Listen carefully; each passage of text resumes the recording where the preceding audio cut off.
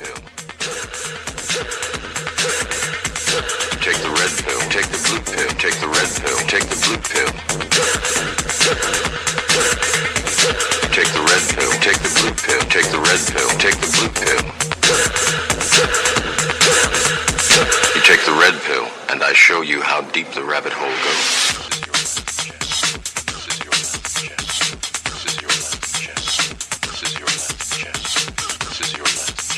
This is your last chance.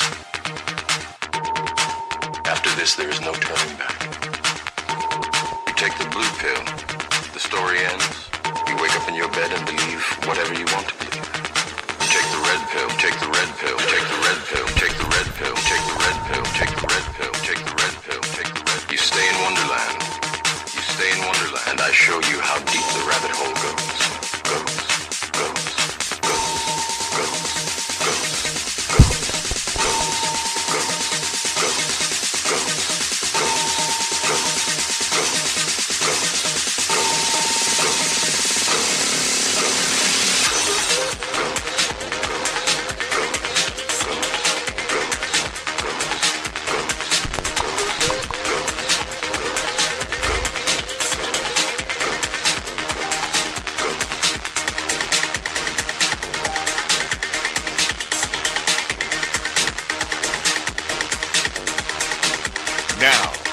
Sunny South Florida, it's the Red Pill Reality Show with your host, Riscala, every Saturday night from 9 p.m. to midnight. And now, your host, Riscala. Hello and welcome, everyone. It is the Red Pill Reality Show. Wow, what a week. What a week. Holy smokes. Don't even know where to begin. I know a lot of people out there are not very happy with the results of what happened. I had reports that massive arrests were going to happen.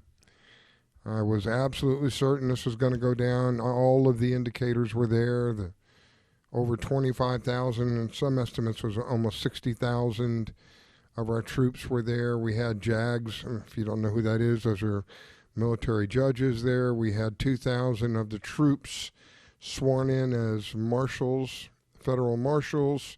We had busloads of New York police sent. I said, this is perfect. This is it. This is it. It's going to happen. Yeah. Well, it didn't happen. And I was shocked.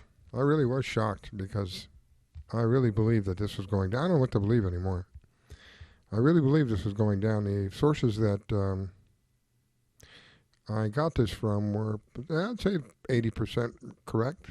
And they all agreed. I have 7 or 8 different people that were talking about this. All different people, all agreeing the same thing. This is going to go down. This is the way it's going to go down. Blah, blah, blah, blah, blah. So now we have a lunatic, right? I mean, they talk about Trump being a lunatic. Come on.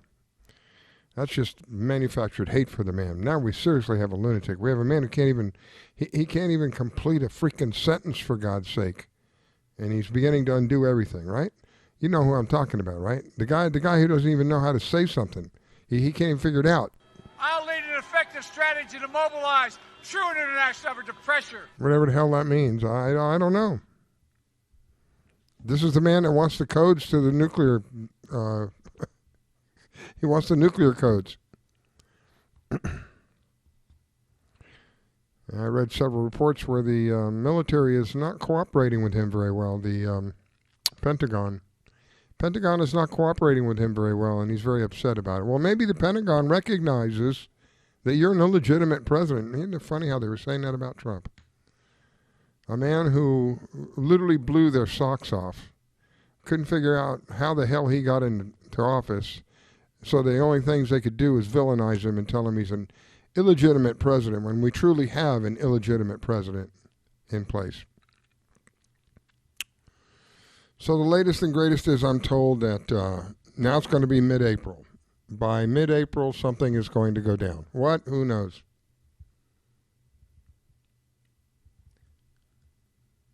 Anybody have any idea? They had them all in one place. You know, I can't help but be upset. Now, I want you to understand something. I'm not upset with Trump. This isn't Trump. This isn't about Trump. This is about our country. The military should have stepped in. It is clear. It is without question. These people have committed treason. The military should have stepped in. I know it's easy for me. I'm a Monday night, what do they call us? I can't think of the word. Armchair quarterback. That's what I'm. Coulda, shoulda, woulda, whatever. I don't know. It just seemed logical to me. You had the manpower in place. You had all of the criminals, pretty much all of them. I'd say well over 90% of them in place. The story is something went wrong. What the hell? I don't know. What could go wrong?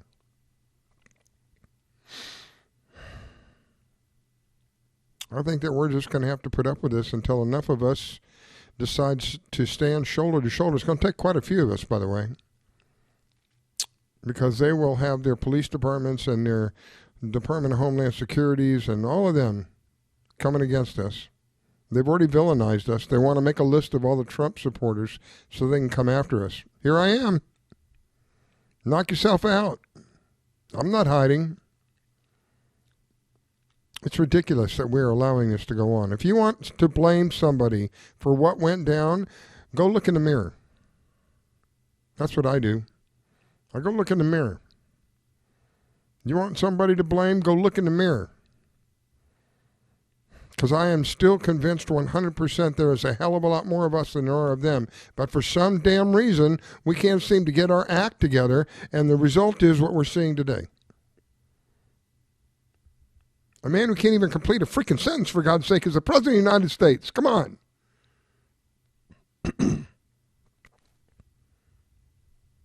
He doesn't know where he's at. You tell me, what the hell is this? I'll lead an effective strategy to mobilize true and international effort to pressure. What the hell is that?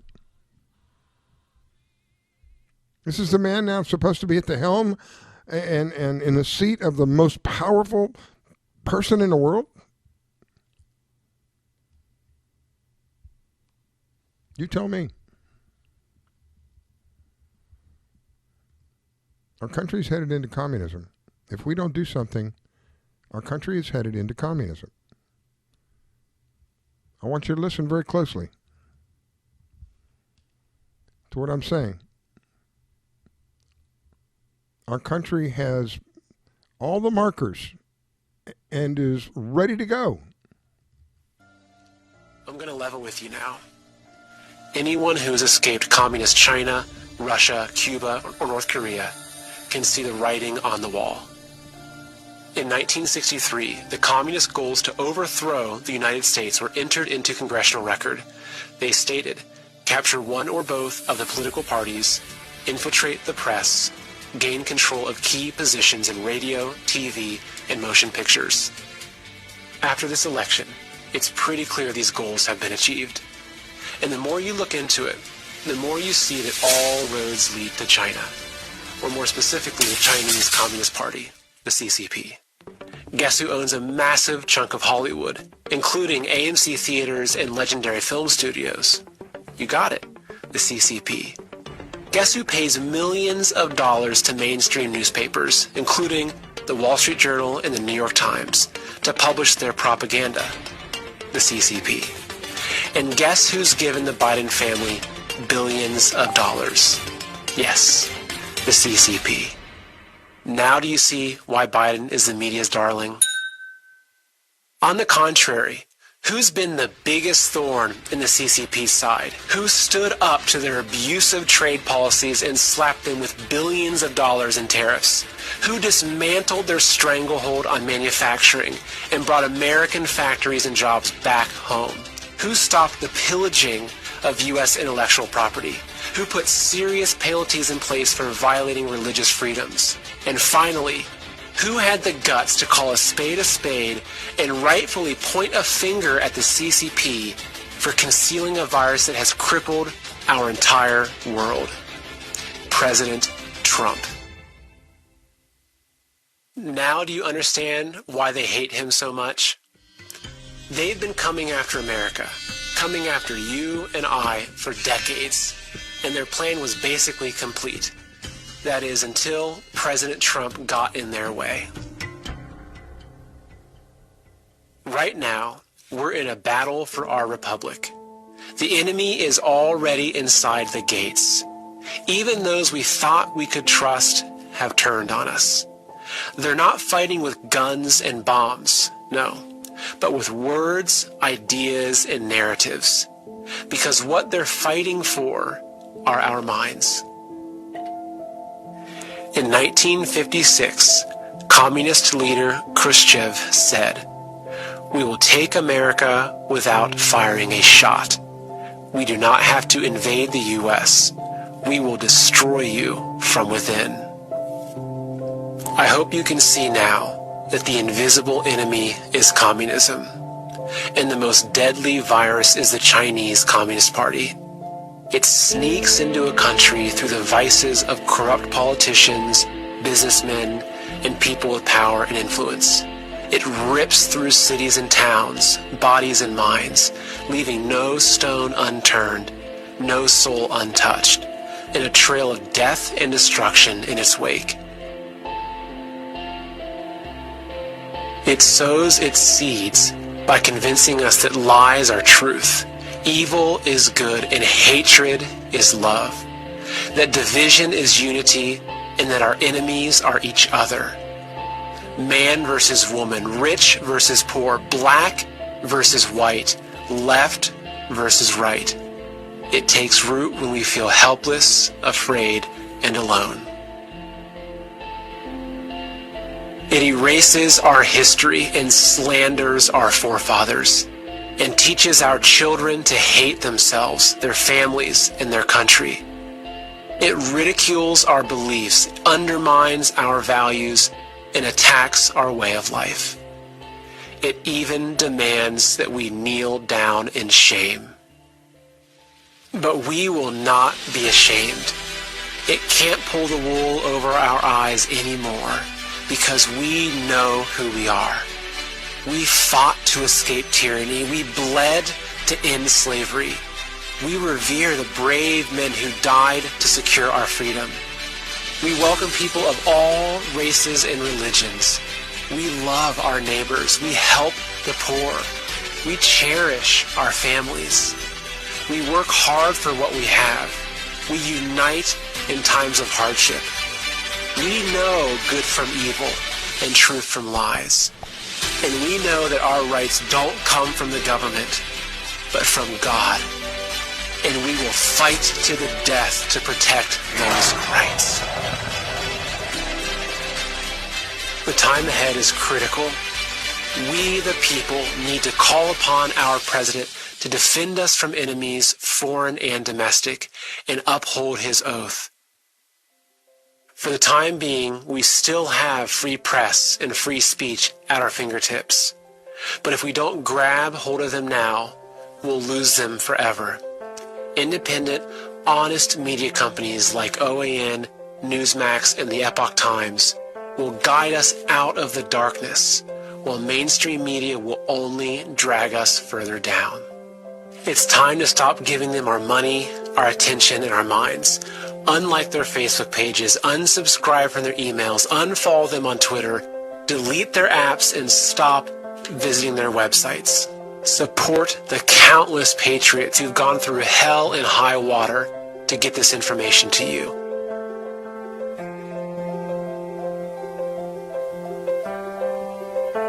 Like their content, subscribe to their channels, share their videos, spread their message.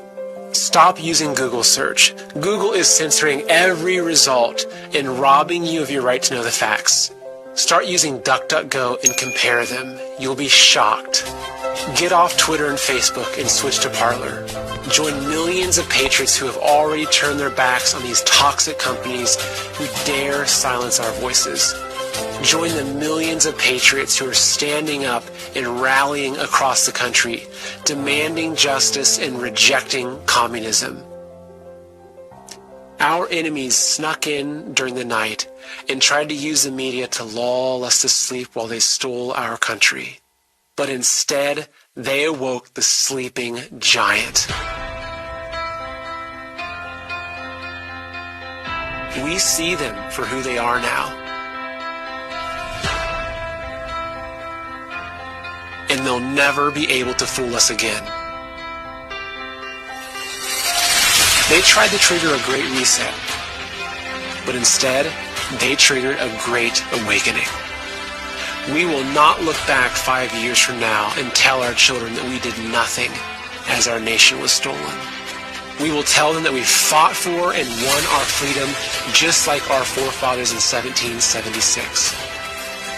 America is the last bastion of freedom in the world. We are the only remaining threat to the CCP virus. If we fall, the world will fall. But we will not fall.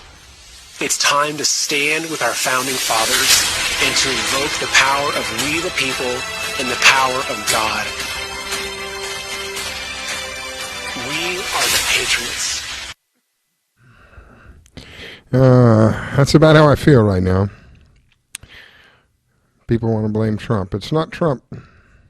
You're being ignorant. Some of you are just plain stupid. It's not Trump. I know you want to find somebody to blame for what went down. He was attacked. He was constantly harassed for 4 years.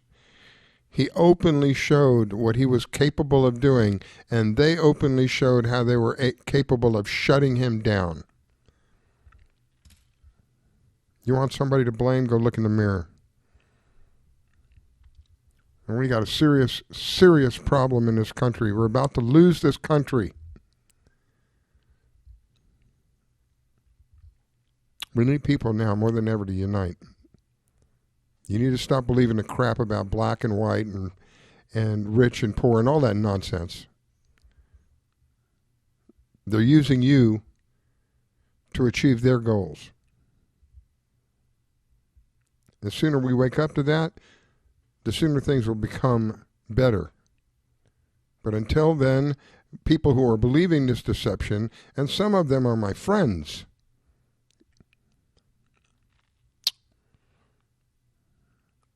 Last week was Martin Luther King's birthday. And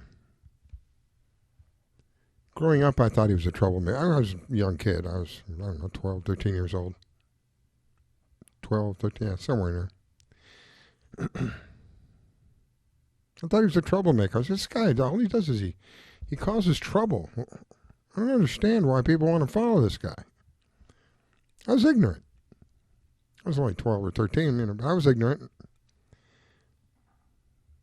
Didn't realize if the man had gotten his way, we would have never been able to use race as a tool of division. Never would have worked. I still have a dream. It is a dream deeply rooted in the American dream. I have a dream that one day this nation will rise up and live out the true meaning of its creed. We hold these truths to be self-evident, that all men are created equal.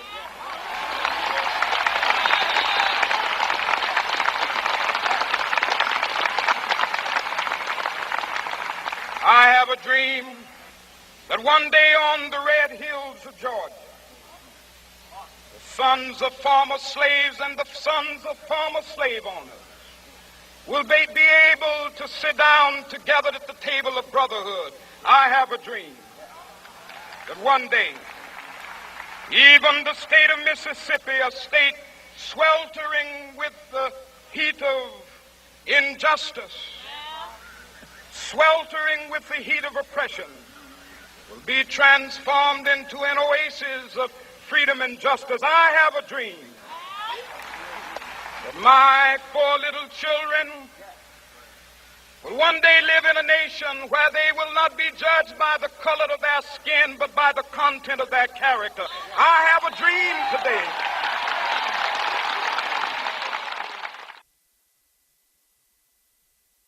Imagine if that would have come true, where would we be today?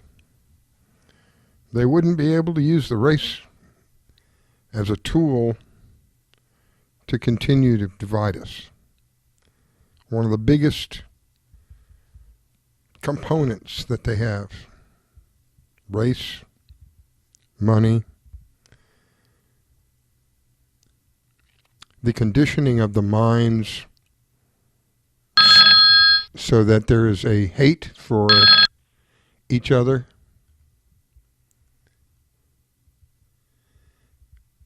How do you even begin to heal when someone comes along and opens up the wounds again? This man, who they call the president at this time, he has created more hardship.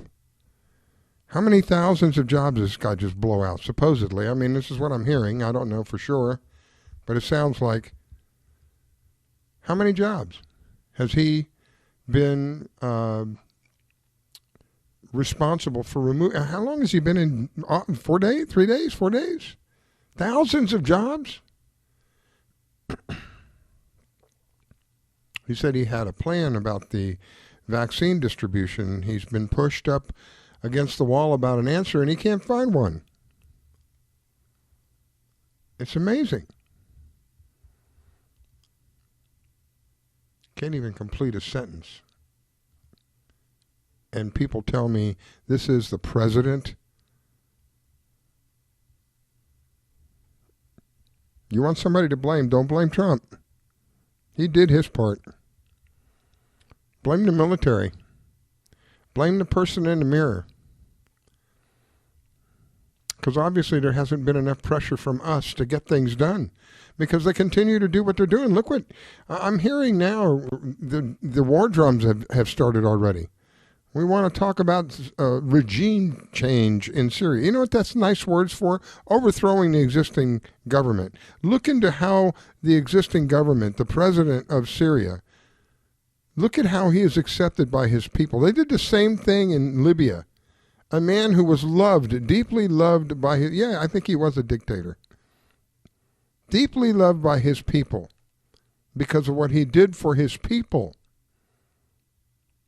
And they villainized him, and they took him out. Oh, we did the world a favor. Yeah, look at Libya now compared to before we moved in, before we had our hand in. Look at Iraq before we had a hand in it. Look at it now. It's shameful. These same people who are responsible for these kind of actions are now back in power.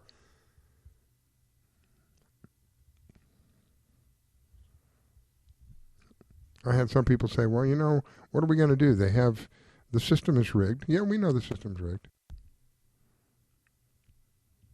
If we're left with no other choice, it is our responsibility as citizens. If we're left with no other choice, then we have the responsibility of removing these people.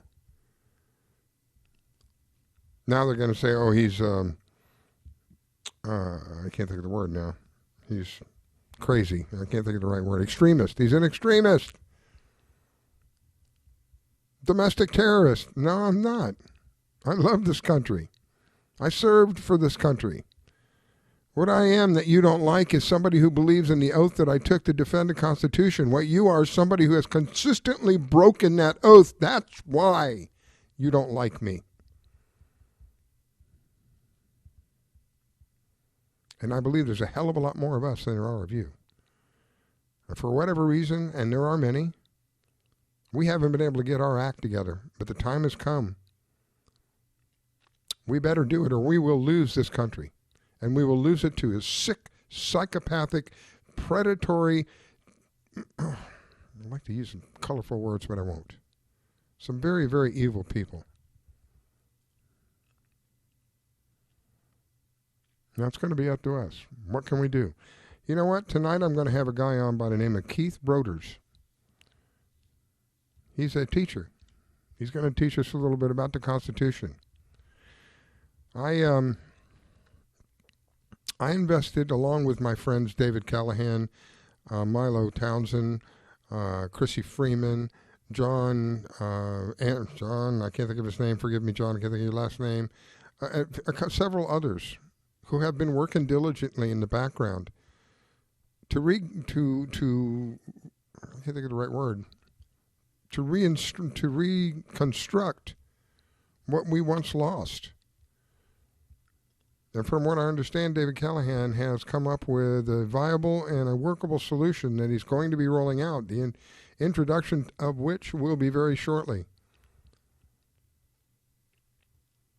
35 shows, I think, is what we ended up doing on this subject. How this country has overthrown back in late 1868. And people are now finding out that in 1871, and by then the country has gone broke,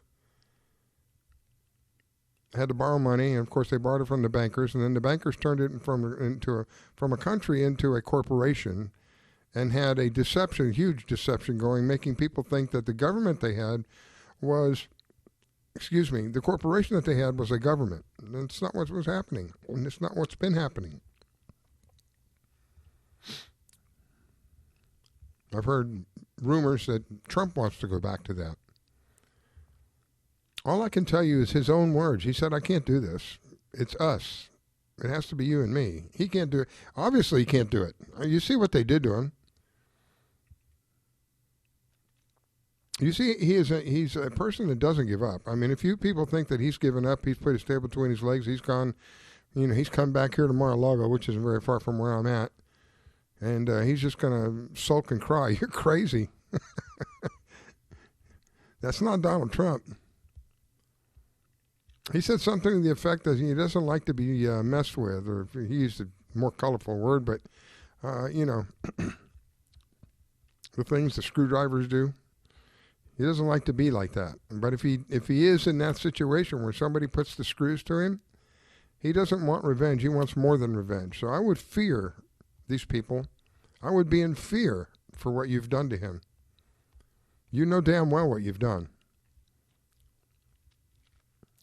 So he's not going to get revenge. He's going to get more than revenge. How? I don't know.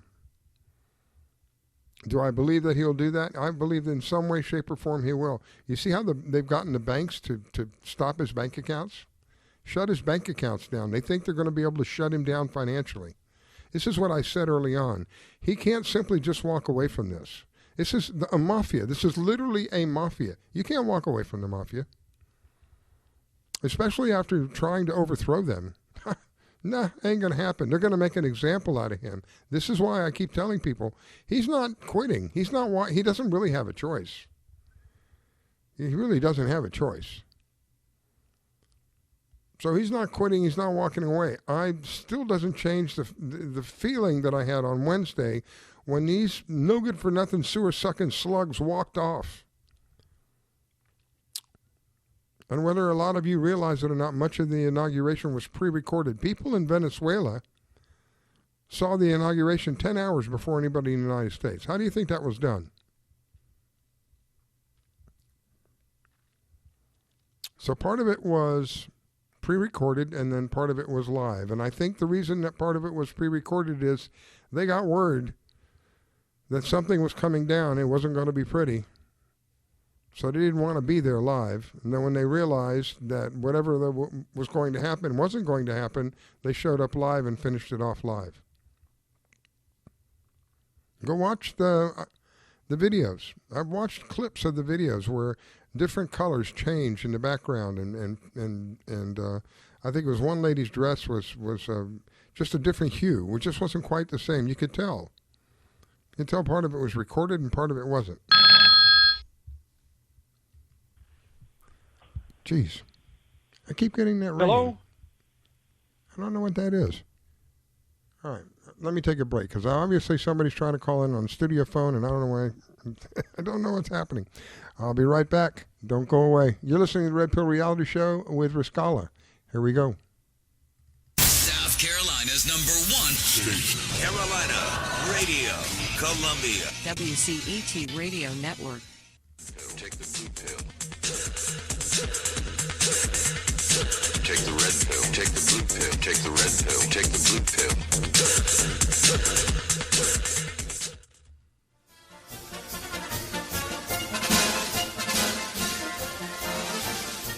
right up, step right up. No tricks, no magic, nope. Just real people covering real issues. When you're tired of the circus, join the veterans of talk radio for serious discussions on the topics you care about. WCET, bringing the truth back to talk radio, leaving the circus to them. WCET Radio loves what we do, and we know you do too. That is why we need you now. If everyone would make a small contribution each month, we would never have to worry about going off the air, folks. We count on you each and every month, so please help WCET Radio and all of our hosts here on this wonderful station continue to bring you the best guests with the best information. Go over to WCETFM.com and click on the donate button and subscribe now. WCETFM.com, your talk station. WCET-FM has just released the app. So now you can take WCET Radio everywhere you go. Just go to the Google Play Store and search WCET-FM. That's WCET space FM and install it. Then it's ready to go. Oh, and did I mention it's free? Well, it is. WCET-FM. We got the app. Late nighters and all those who listen to WCET Radio, listen up. The shop is here, and you can order WCET merch right now and show your friends and your neighbors you're awake by wearing one of our many shirts, including our Stop the Censorship shirt. That one is a hot seller, so get yours while supplies last. We have coffee mugs, clocks, so you always know what time it is, books, mouse pads, all your WCET accessories. Just go to WCETFM.com and click the shop tab. That's WCETFM.com and get the shopping. Late Night in the Midlands is an independent media that covers the truth, theory, and facts that the lamestream media won't talk about. We cover everything from the known, the unknown, the normal, the paranormal, the government lies, the government ties, even their thrives. We tell what's coming, what's going, whether it be politics or archaeologists. We have an amazing fan base, and all shows are archived to be heard millions of times more. So tell your friends, your family, and anyone you care about Late Night in the Midlands and WCETFM.com. Become a late nighter, be informed. Catch us every weeknight at 9 p.m. to 12 a.m. Eastern, right here on WCET FM.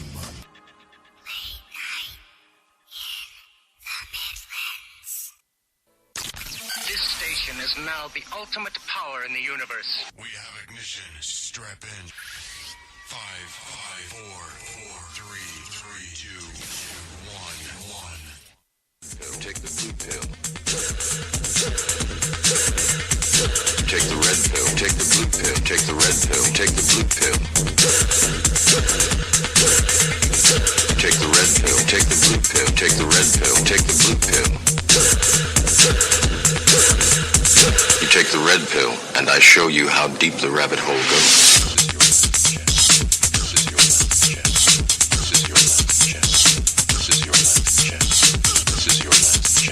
This is your last chance. After this, there is no turning back. You take the blue pill, the story ends.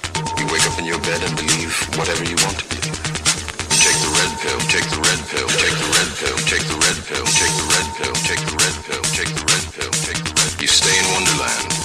You stay in Wonderland, and I show you how deep the rabbit hole goes.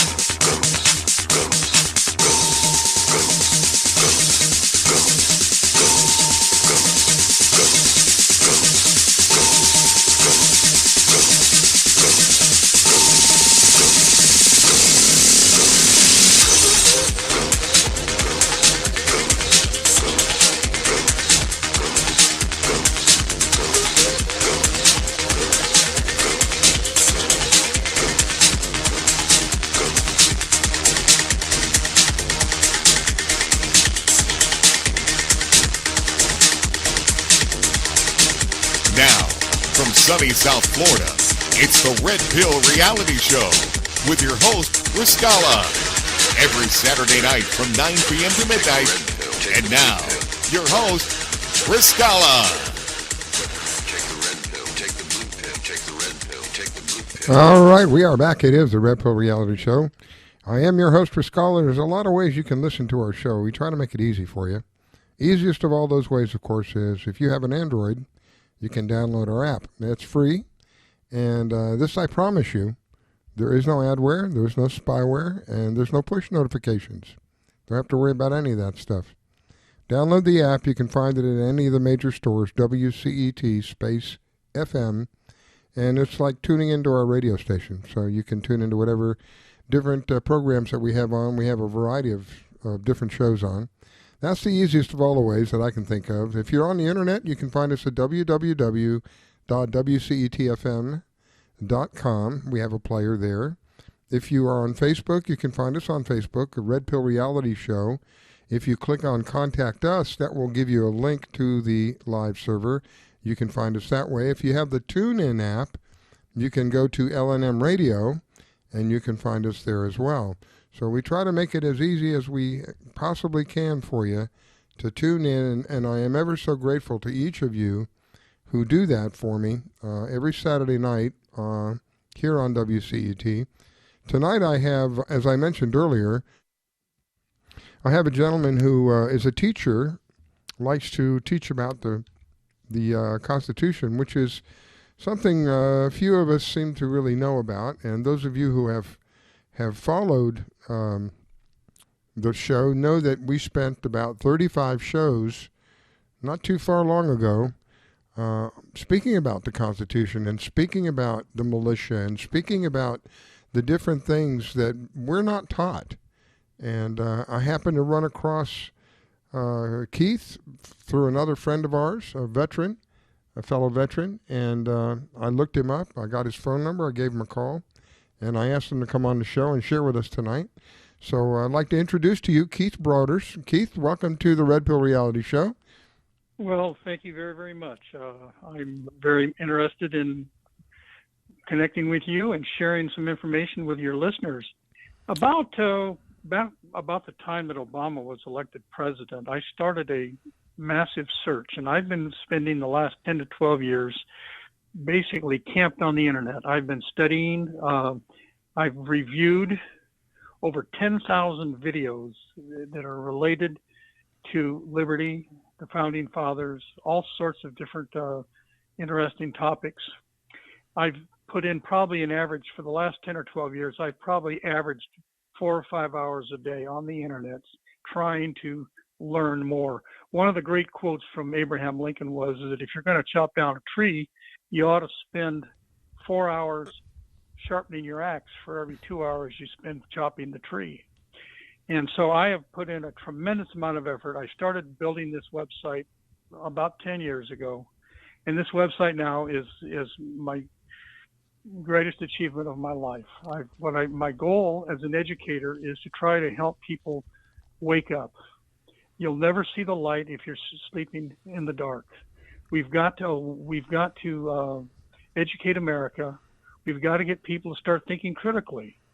Too many people basically sit back and just absorb what is being given to them. They are basically like the people of Nazi Germany who basically swallowed everything that Joseph Goebbels told them, and that led to some pretty serious consequences. So the purpose of my website is to educate America. It's a totally free website. There's no cost, there's no obligation, other than the fact that if you enjoy the information that you find, I ask you to share it with as many of your friends as possible. As a matter of fact, I have a challenge on my website that basically says, this is a constitutional challenge. I challenge you to spend 30 minutes a day for 30 days. And also I encourage you to invite 30 of your friends to do the same. And if you're so inclined, would you please consider donating 30 cents a day to promoting this website so that we can educate America? Now, I don't know how you normally do this call. If you want me to just keep talking, I can do it. But if you want to interject, No. Feel free to do so. I didn't want to interrupt you. You were doing well. Okay. Well, the class basically consists of 5 major courses. The first course is the Declaration of Independence. So when you go to the link for the Declaration of Independence, it'll open up and you will be able to participate in games, quizzes, interactive lessons, videos, articles on the Declaration of Independence. The second course is on the Bill of Rights. The third course is on the Constitution. The fourth course is on the Foundations of Liberty. And the final course is a course on the Articles of Confederation. And all of these different courses, like I said, they involve many different modalities for learning. This is designed to help people to become critical thinkers. And basically, if you go to the website, you'll find it. It's constitutionalstudies.info. Constitutionalstudies.info. Now, the company that is hosting my website is going to be doing some maintenance work tonight, and so I don't know. I think it's going to be open until 9 o'clock in California time, which means it'll be open here in Florida and on the East Coast until probably 12. You can access it. If not, you can get it tomorrow. Once again, it's constitutionalstudies.info. And I guarantee you that you'll be stunned. You'll be absolutely shocked at all of the great materials that are available. We've got quotations from the Founding Fathers. We've got excellent video presentations by people who are experts. And again, this website is designed to try to get people to stop absorbing the things that they hear and see, but to become truly critical thinkers. This One is, of the this courses is on the Foundations of Liberty, and we basically go in and talk a lot about the Greek philosophers and how the Greek philosophers laid the foundation for the government that our Founding Fathers conceived. And that is a land of liberty where everyone would be treated equally under the law, that we would be governed by natural law. Now, today, we're not being governed by natural law. We're being governed by congressional legislation. That's right. Congressional law, natural law is God's law. It's the way things ought to be. It's the way things should be. And today, we are being conned by Congress. We are basically look how you spell compelled. it. Look at how it's spelled. Pardon me? Look at how it's spelled. Congress, C-O-N, con. Yes. Congress, yeah. Well, I mean, that's obvious. More than ever, I think that one of the greatest weapons that we need weapons in this war, and I'm not talking about the kind that shoot bullets. I'm talking about there's other kinds of weapons that you can have, and I believe one of the greatest weapons that you can have, because you can't misplace. Well, you can misplace it when at my age, but you can't misplace it. It's not something you can lay down and forget that you left it there. It's not something that somebody can steal from you. And that is knowledge. Once you learn about something, once you understand something, and you know it, and you're fluent in whatever that is, nobody can take that from you. No matter what happens, nobody can take that from you. And like I mentioned earlier, we invested a lot of time getting people to understand that you really don't understand your rights.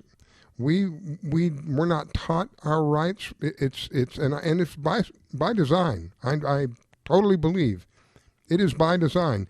One of the things that happened during the slavery period, the slave masters were prohibited from doing one particular thing. And that one particular thing was to educate the people. Because once they were educated, once they understood how to read and write, they would learn how to free themselves. And so a slave master could be put to death in some cases if he was found guilty of this. Well, we're talking about the same thing, just in a futuristic term. They don't want us to know what our rights are, because if we don't know, then we can't complain. And then we have people like Keith, who spends God knows how many thousands of hours over how many years, 12 years? How many thousands of hours that is to share with us. So this is why I wanted him to come on, to help those of you who can understand that knowledge is the most powerful tool that you can have. The correct knowledge is the most powerful tool that you can have. True. Go ahead, Keith. what I'd like to do now is, on my website, I have quotations from John Adams, Samuel Adams, Benjamin Franklin, Alexander Hamilton, Thomas Jefferson, James Madison, Thomas Paine, and George Washington. I'd like to read a couple of quotes that have been attributed to these people. Now, I don't know for sure that they actually said these things, but the important thing is not who said them, as much as it's important as do these things ring true. And one of the things that Thomas Paine oftentimes said, that it's to reason with a man who has lost the ability to reason is like administering medicine to a dead man. Now, let me go ahead and share some of these quotes. Here's some John Adams quotes. He said, "There's nothing which I dread so much as a division of the republic into two great parties, each arranged under its leader and concerting measures in opposition to each other. This is my humble apprehension, is to be dreaded as the greatest political evil under our Constitution." He also said, "Our Constitution was made for a moral and religious people. It is wholly inadequate for the governance of any other." He also said, "Remember, democracy never lasts long. It wastes itself, exhausts itself, and murders itself. There never was a democracy yet that did not commit suicide." Next one, power always thinks it is doing God's service when it's violating the laws. There are two ways to conquer and enslave a nation. One is with a sword and the other is with debt. So those are just a few of the quotes from John Adams. Let me go ahead and go next to see who's next on my list. Just a minute here. The guy that came up with the most quotes by far was Thomas Jefferson, or at least the most quotes are credited to him. And some of them may have been written by other people, and then they turned around and gave him credit for their words of wisdom. Just 1 minute here. Some of those quotes clearly describe what is happening today. We are committing suicide. You bet. Now here's a few from Samuel Adams. He says, "If taxes are laid upon us without our having a legal representation where they are laid, we are reduced from character of free subjects to the state of tributary slaves. Among the natural rights of the colonists are these: first, a right to life; second, a right to liberty; third, a right to property, together with the right to defend them in the best manner we can. If ever a time should come when vain and aspiring men shall possess the highest seats in government, our country will stand in need of its experienced patriots to prevent its ruin. When a man has honestly acquired what a man has honestly acquired on his own, which he may freely give but cannot be taken from him without his consent. It is the interest of the tyrants to reduce the people to ignorance and vice, for they cannot live in a country where virtue and knowledge prevail.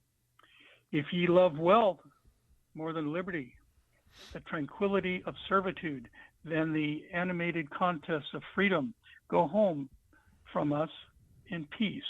We ask not for your counsels or arms. Crouch down and lick the hands of those which feed you. May your claims sit lightly upon you, and may posterity forget that you were our countrymen." So that's the words of Samuel Adams, who was obviously the cousin of Sam Adams.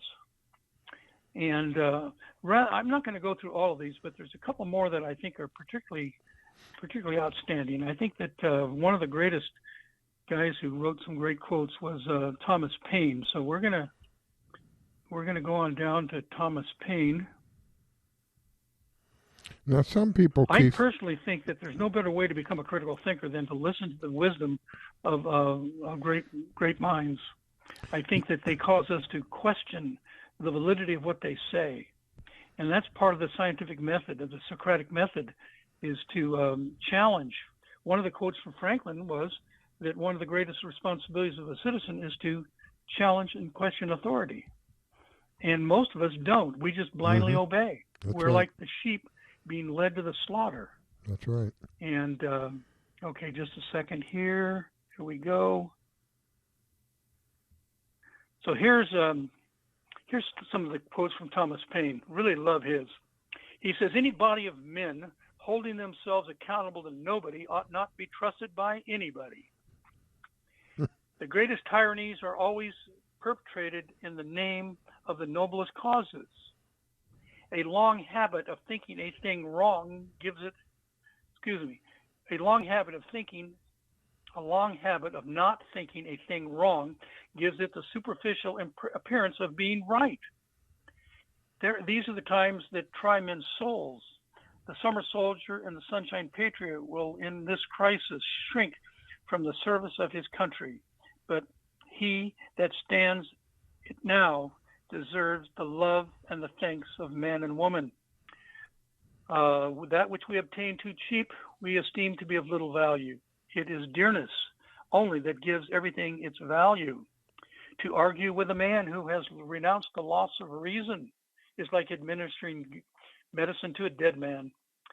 Government, even in its first best state, is but a necessary evil. It is in the worst state, it is an intolerable one. And the final quote from Thomas Paine is, the duty of every true patriot is to protect his country from its government. But there's a whole slew. I've just given you quotes from 3 of the founding fathers, but there's a total of quotes from 8 founding fathers, including, like I said, George Washington, Thomas Jefferson, Alexander Hamilton, Benjamin Franklin. These quotes, like I said, are really excellent.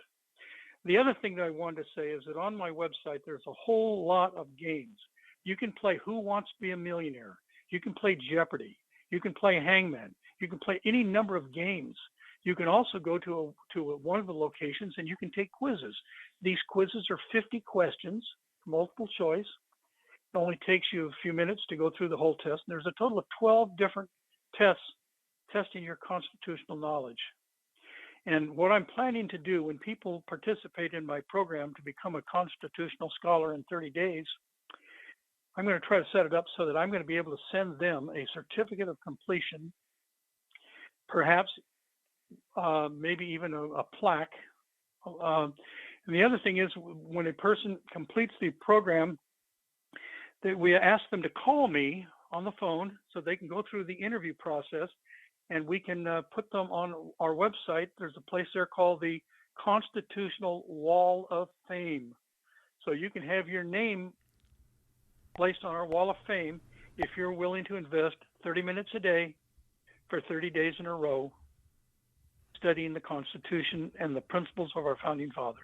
That's awesome. I love it.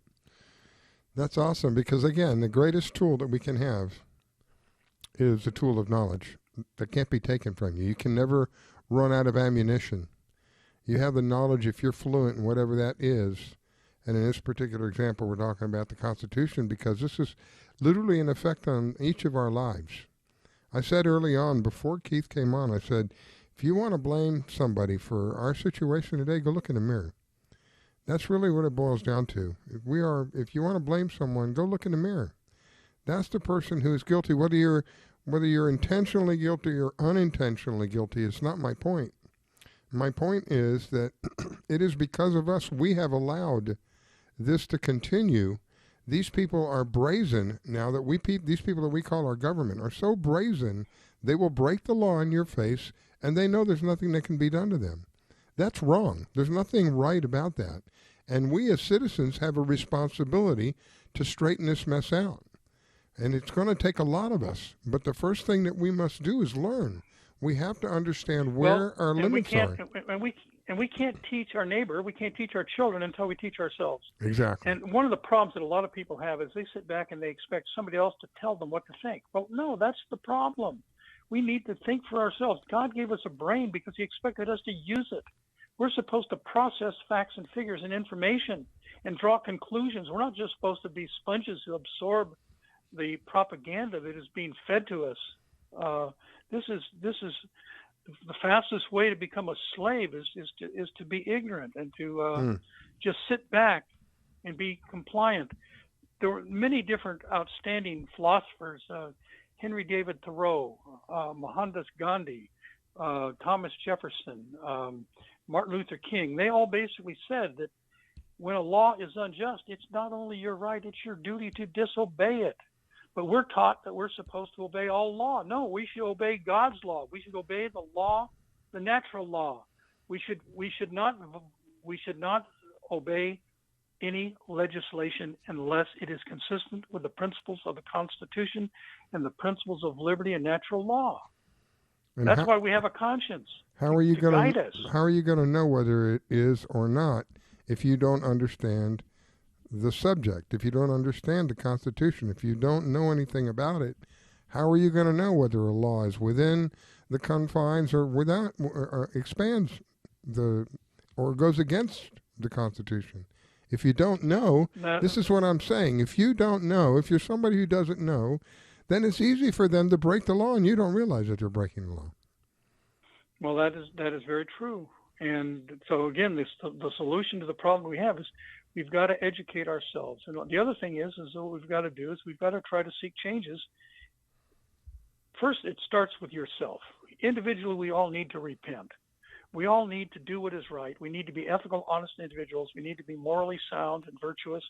And we need to teach our children to be the same. There's no greater thing that a man can do for his son than to be a good example. And we need to be good examples for our children.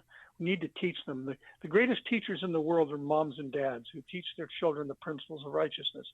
And frankly, going to school is a complete waste of time.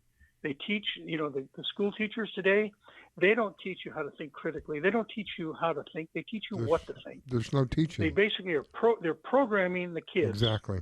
To think what they're supposed to think so that they will be obedient lapdogs to the servant government. That's right. There is no teaching. Indoctrination is what's going on. That's what we have. What we call school is indoctrination. While the parents are working hard to see to it that the children have a quality of life, the school is stabbing the parents in the back by teaching the children all of these things like you hate your our countries are horrible, our government has done all these things, just a variety of ways of turning the children literally against, even if the parents are someone who support whatever it is that the indoctrination side is against, the children will end up fighting with the parents. And I think it even says that in the Bible, somewhere in the Bible. I remember seeing something of that nature. When it gets down to the nitty-gritty, even the child will turn on the parent. It's and we're approaching that point. They have. I've seen. Now this is several years ago when Obama was still around. Did I say that? They had a questionnaire that they wanted the kids to fill out, and one of the kids took the questionnaire home. They weren't supposed to, and one of the questions was, or a couple of the questions. One of the questions was, what medicines do your parents have in their medicine cabinet? Another question was, do your parents have a gun? This is none of the business. They have no right to be asking these questions, but they continued to push and push and push. And now we have someone who is sitting supposedly at the seat of the presidency who has promised to disarm us. That's one of his promises. He's going to disarm America.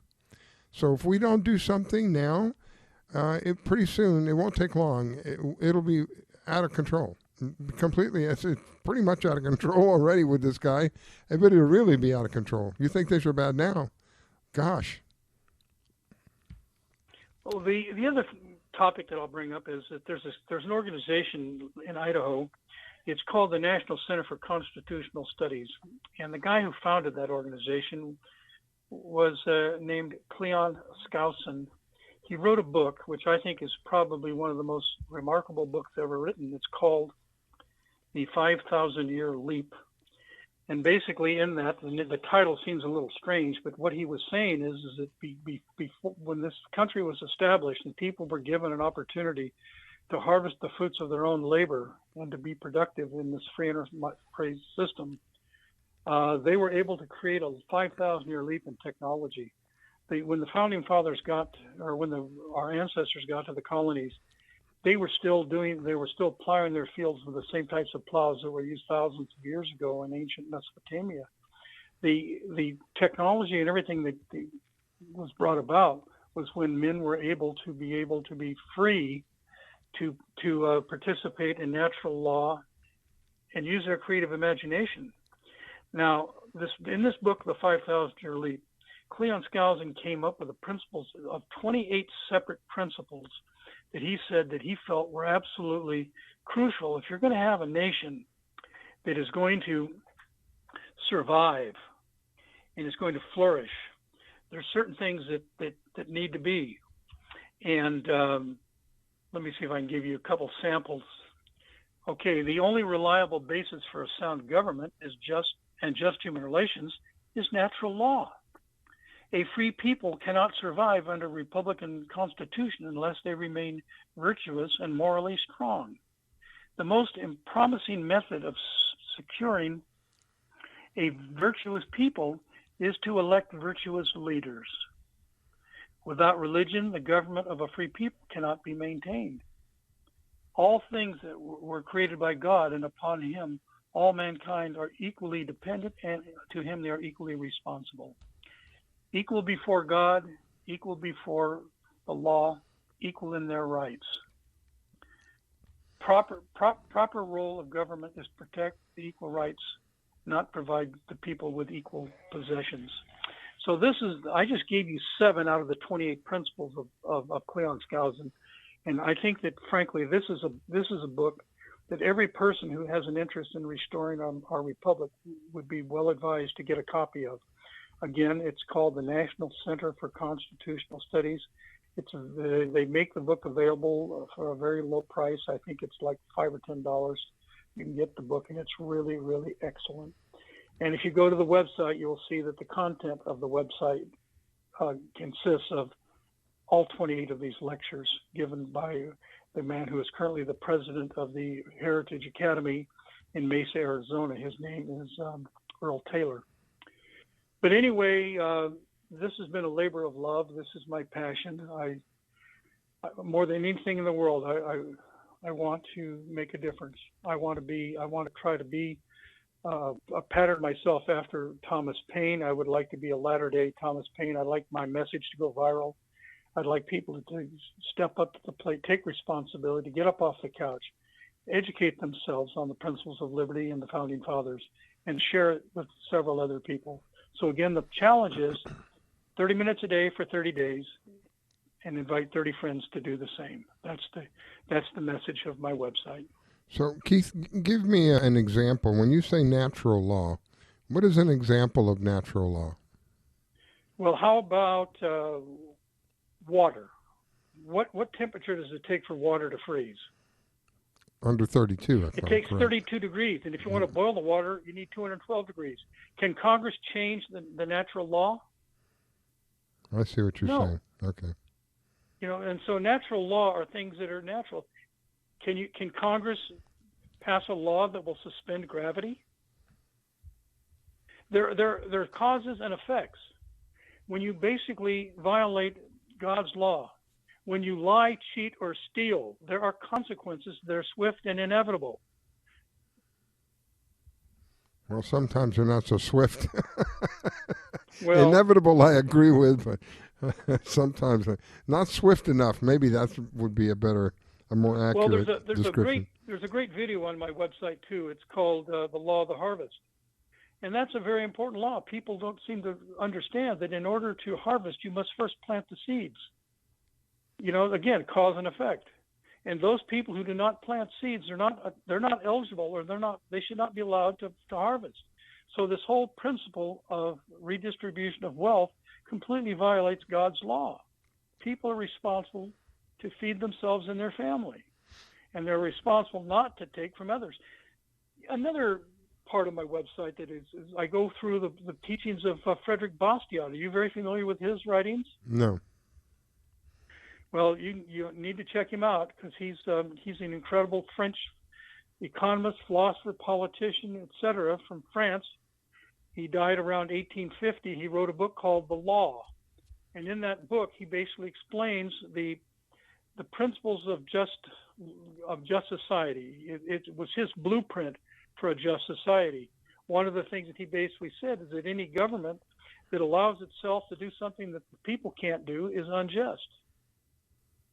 I agree with that. That's just one of the many principles that he brings up. That was, you mentioned about anything that the people can't do, the government shouldn't be able to do. That was what the Second Amendment, one of the reasons the Second Amendment was written the way that it was written, and that was the words that they used, and it was infringe and arms.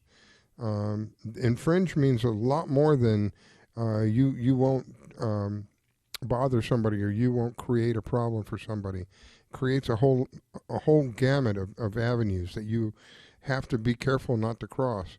And arms is not, they didn't say guns, they said arms. Anything, meaning anything that the citizenry has, then the government can have, or anything the other way around, anything the government has, the citizenry has. This is one of my arguments. Well, that's right, with people. because you can't defend yourself if your opposition has weapons that are greater than yours. That's right. If the government has a right to have an Uzi or a semi-automatic rifle, then the citizens need the same right, because how can they defend their lives, their liberty, and their property if they are unarmed or ill-equipped? Yeah, I agree. One of my friends, and she's been on the show with me a couple of times, gave me an example. Transgenderism is not a natural law. You were born the way that you were born. To change that would not be a natural thing. That's a great example. Thank you, Angel. Appreciate that. We mentioned about how... Another topic is, I don't think a lot of people are aware of this, but in the United States, Hitler, when he proceeded to work on this concept of the Aryan race and the superiority of the German people and this sort of thing, he decided that they wanted to basically cull out the bad apples. He wanted to try to get rid of the people who were genetically inferior, people who he thought were inferior. And where did he get his idea? Do you know? Mm-mm. He got it from basically the teachings of Francis Galton, who was an associate of somebody by the name of Margaret Sanger. The eugenics movement that Hitler used in Nazi Germany to exterminate the Jews was born in the United States. It came from the teachings of Charles Darwin. And in the United States, believe it or not, there was a time in the United States when the government could arbitrarily go into a person's home and sterilize any of the women in the home that they deemed to be genetically incompetent or inferior. So most of the states had laws that gave the state the ability to sterilize women. Wow. I didn't know that. Did you know about that? Had no idea about that. No. No, most people don't. But basically, the problems that with the Holocaust and everything like that, that whole concept of racial purity was born here in the United States. You might want to look it up. And again, I don't think I posted that on the website because that's a little bit more than most people want to know. By the way, the website Did you also know that for about 40 or 50 years, the United States was conducting experiments on black men? Yes. It was syphilis studies. Yeah, that I was aware of. You told the website is constitutionalstudy.info? Yes. Okay, right now I guess it's down. I tried to get on that site while we were talking again. I was on it earlier today, and it is an impressive site. Like I said, the host server told me that tonight it would go down, and it would be down overnight. Right. It'll open up again tomorrow sometime. Yep. So I would encourage everybody to go there. But here's the thing you can do. You can actually go to the website, scroll down, press copy all of the article, all the stuff, then post it in an email and send it to 30 of your friends. You don't have to send them the link to the website. You can just send them an email. And you can, and that's what I think how you got it, right? Yeah, I got it from. But the website is much improved over the time when you saw it yesterday or the day before yesterday. The website was just a fraction of what it is today. It's just really, really awesome. There was a lot of information there. And I can tell you, if this is a subject that you want to learn, there's a ton of information. You won't get bored. There's all kinds of stuff there that you'll find. Did you play any of the games? No, I didn't. I didn't go through it thoroughly. I just kind of glanced over all the different. Oh my gosh, I don't know how many different categories there are that you can do. I was just impressed with the whole. I challenge you. Are you willing to spend 30 minutes a day for 30 days? I can't, and presently I cannot. I have too many other commitments, and I would infringe upon them. But I am learning. Well, of course, again, it comes right down to priorities. Yeah. You know, a lot of the things that we consider our lips tell us one thing, but our actions tell us another. If this message is as important as you say that it is, then there's 24 hours in a day, and if you can't give 1/24 of it. Yeah, for me, that's not to say I won't go look and learn. It's I can't make a commitment of every single day. That's my issue. There are days that I can go look and learn, and I'd be happy to do that.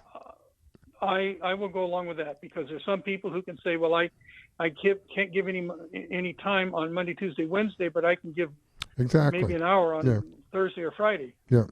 Yeah, well, that's what I meant. Yeah, it's not to say that I'm not going to. The real challenge is just to become a constitutional scholar. Mm-hmm. Well, for me, it's something that has become of vital importance. Again, we invested 35 shows dealing around this subject about how things have happened in the past that have brought us to this point today, where we don't have a government that is by the people, for the people. It is by the government, for the government, and primarily serving the corporations and all the rich people, really, is what it boils down to. So if we don't know what has been taken from us, then we don't know how to get it back. And again, like I said, you ask for 30 minutes every day. I can't do that every day, but I can commit to telling you I would put in at least an hour a week, because I can come up with an hour a week. But I can't put in 30 minutes every day because I got other things. Well, maybe I should also put on the website that, if you can't do the 30 minutes a day, just make a commitment to study the material on the website. Mm-hmm. Yep, I'll be happy to do that. Yeah. I mean, listen. Everybody wins. This is one of the things that I try to promote in my life, and whatever way I can, is make it where it's a win-win situation.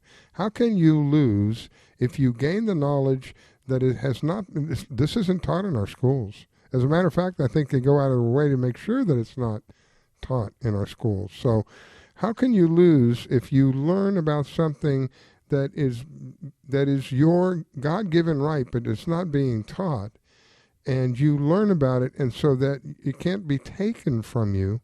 How can you lose from that? To me, it's a win-win situation. You win because you have the knowledge of where the government is to draw the line. You win because having that knowledge, you can, if you follow the procedures. You said something that stood out in my mind. John F. Kennedy, 3 words that he said, and that is free and independent. Free and independent. We have to be, in order to be free, you have to be an independent thinker. We take so much for granted. And Keith, you pointed out perfectly. We want to sit back and just be spoon-fed. Just tell, okay, what's this? And okay, what's that? I ask people, don't believe what I'm telling you. Go check it out for yourselves. It's different when you go check it out for yourselves versus hearing someone else say it to you. So what you're doing is confirming some of the very things that I have said over and over and over on this show. If you want to be free, you have to be independent. You have to be an independent thinker. And you have to realize is that on the opposite side of the coin of liberty is the one called responsibility. Amen. You cannot be free if you're not responsible. And if you're responsible, that means you're going to have to take some risks. Yeah. So Benjamin Franklin basically said that the man who gives up some of his liberty in exchange for security doesn't get either one. And he's absolutely right. And this is what this COVID thing is all about. It's about trying to provide us with security. Well, given the choice of liberty or security, I'll choose liberty every time. Well, the whole COVID thing is completely blown out of whack. It's another one of their tools that they're using to rob us of our rights, as an excuse to rob us of our rights. You have to wear a mask, you know. Most people are governed by fear. They're not governed by love. They're governed by fear. Yeah, well, the government, it creates these circumstances and these situations to make us afraid, because when we're afraid, we're willing to give up our rights in exchange for the myth of security. Good point. Good point. I'm going to open up the lines. If anybody wants to call in, you can feel to do that. Number's 561-440-5174. 561-440-5174. And if you have a comment or a question, you can talk to Keith. You can ask him or make your comment. I wanted to ask you about something else that along these lines. And, excuse me, my question would be, in order to, how do you generate, I'm trying to figure out how do I put the mix, how do you generate the curiosity? Maybe that's the best word. How does somebody generate the curiosity? What do you say to one of your friends? Because a lot of us, this comes up in conversation. That's all, and people don't want to talk about it. So, do you have ways to generate curiosity in somebody's mind to say, "Hey, you know what? Maybe I should look into this." Is there a topic that you can bring up that it's not right off the bat political? Well, for many years, I used to always talk about all of the problems. Now I've decided I want to talk on the solutions. One of the Greek philosophers, Socrates, one time he said that wise men talk about principles. Common men talk about events, and weak men talk about people. And I think what we need to do is we need to focus on principles. We need to basically realize that the most important thing that we can do is be seekers of the truth and go wherever the truth takes us, and so I think one of the best ways to get people motivated is don't tell them what you think. They don't give a diddly damn what you think. They care about what they think. So what you need to do is you need to stop telling people what you believe. Mm-hmm. Tell them what's true. And tell them to think for themselves and to evaluate. You said it earlier. You say things and you tell people, don't believe me. Do the research. Confirm it on your own. You can draw your own conclusions based on facts. And frankly, when you do the learning, when you go through the process, you become a critical thinker. You become capable of doing tremendous things. But if you're just an obedient lapdog who does what he's told, we've been told by many different people that we need to obey the just laws, but we need to stand up against those laws that are unjust. Was the Dred Scott decision of the Supreme Court to classify black people as property, was that right or was that wrong? There's no question. It was a terrible, terrible decision. It was wrong. And people need to question. One of the quotes again from Franklin was, it's the duty of every citizen to question authority. Blind obedience to authority is how you end up a slave. Mm-hmm. Before a firing squad, before it's all over, because when you realize it's nothing that you want to agree with, it's too late. The trap has already been set. The trap actually has already been tripped at that point. You're out of luck.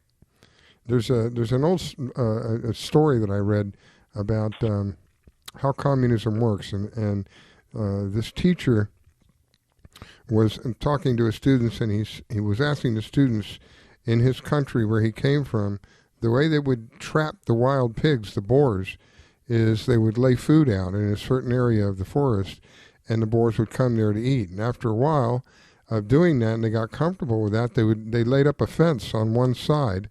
And the boars were kind of skittish at first, but they came in and ate.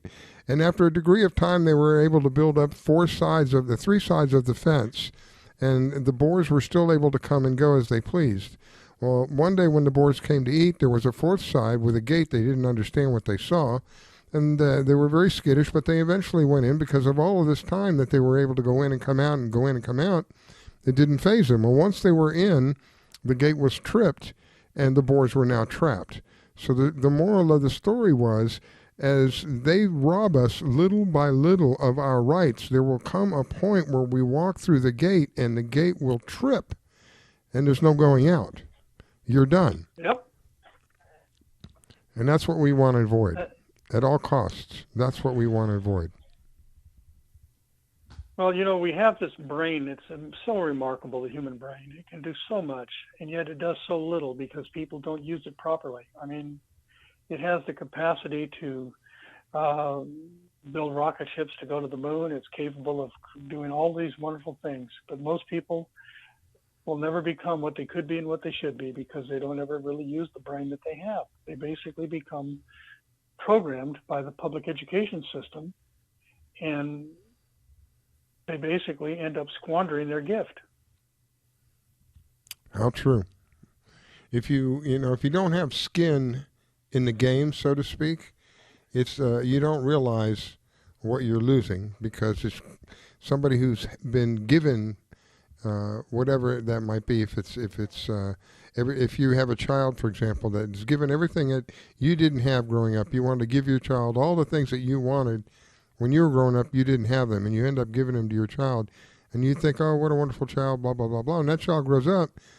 A lot of times these children expect now for the world to give them whatever it was that they wanted. If they wanted a new car, well, they're going to go out and figure out a way to get a new car, but they're not going to pay for it. They're going to figure out a way how to get it because they didn't pay for any of the other stuff that they got. That's maybe a poor example, but I think you get the idea of what I'm talking about. When people are put along the lines or given the idea that they're owed something because of something that has happened, and they're constantly reminded of this, you're owed this, you're owed that, you have a right to this, you have a right to that. When you really don't, in reality, it's not a matter of you having a right for it. You have to work for that. It's not something that is given to you just because you're here. It's something that you earn to get. And that's somewhere along the line. We've lost that. And that's pretty evident with what we're seeing today with what we call the government. They don't work for spit. They're spending again. The first thing that they're doing with the new president in place, what they want to do, they still want to go after the last guy. They have this vengeance and this hate that is just unbelievable. Well, here's the thing that this is I think it's going to backfire on the Democrats, because basically what they're saying right now is they want the nation to heal. They want the nation to come together. Well, if 50% of the people approve of Trump and 50% don't, if you basically try to punish him for something that, the purpose of impeachment is to get rid of a president that you don't like. Well, that's already been achieved. But the problem is too many of the Democrats, they're focused on reason. They're focused on trying to get retaliation, try to get revenge. They're trying to punish him, which is very divisive. So on the one hand, Biden is saying, let's unite the country. And then on the same token, the Democrats are doing everything they can to divide the country. Exactly. This is the hypocrisy that we've dealt with for how long now? And this is now we're going to have to put up with it again?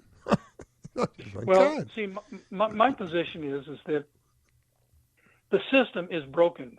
The system has been taken over by Wall Street bankers, lawyers, and politicians. The politicians basically get many millions of dollars in donations to run for office so that they can represent the donors, so they can represent the Wall Street bankers. We don't have any representation. The bankers have representation, but we don't. Yep. And there's nothing in the Constitution that really, it says that if the government is going to spend money, they need to spend money to provide for the common defense, to promote the general welfare, and to pay the debts. Well, frankly, the Constitution does not say that you can borrow money to buy condoms. It doesn't say that you can spend money to pay for abortions. We are borrowing money to spend it on things that are not authorized in the Constitution. These stimulus checks that have been sent out, that money right now is being borrowed. It's being issued by the Federal Reserve. It's loaned. We're not getting money. We're basically being asked to assume a debt. The Constitution, Article 1, Section 2, basically says that the only organization in the country that has the right to issue the money is the Congress of the United States. The Department of the Treasury can issue money, regulate its value, and the interest rates. It doesn't say that the Congress can give that authority to Walmart or to Bank of America or the Federal Reserve. That is so unconstitutional, yet for the last 100 years, our Supreme Court justices have ignored the fact that the Federal Reserve Act of 1913 is absolutely, totally unconstitutional, no question about it. But they won't even look at it because basically the three branches of government are co-conspirators. They're all basically in bed together, scratching each other's backs. Isn't that sad that we've reached that point? When you said the system is broken, I don't think it's the system that is broken as much as it is broken people in the system. Does that make sense? The system. Those broken people are on somebody else's payroll. The Yeah. congressman, everything a congressman does involves spending more money that we don't have on things we don't need and can't afford. Any congressman who basically is, we should be spending money on our national defense. That's the primary function of government, is to provide for the common defense. General welfare does not mean that you're going to do something. You're going to do something for some people and not others.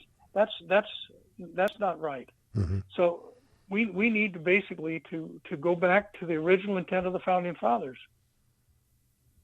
And in order to do that, we need to educate ourselves. It's the only way. It's appalling how many times in the last week have you heard a politician mention democracy?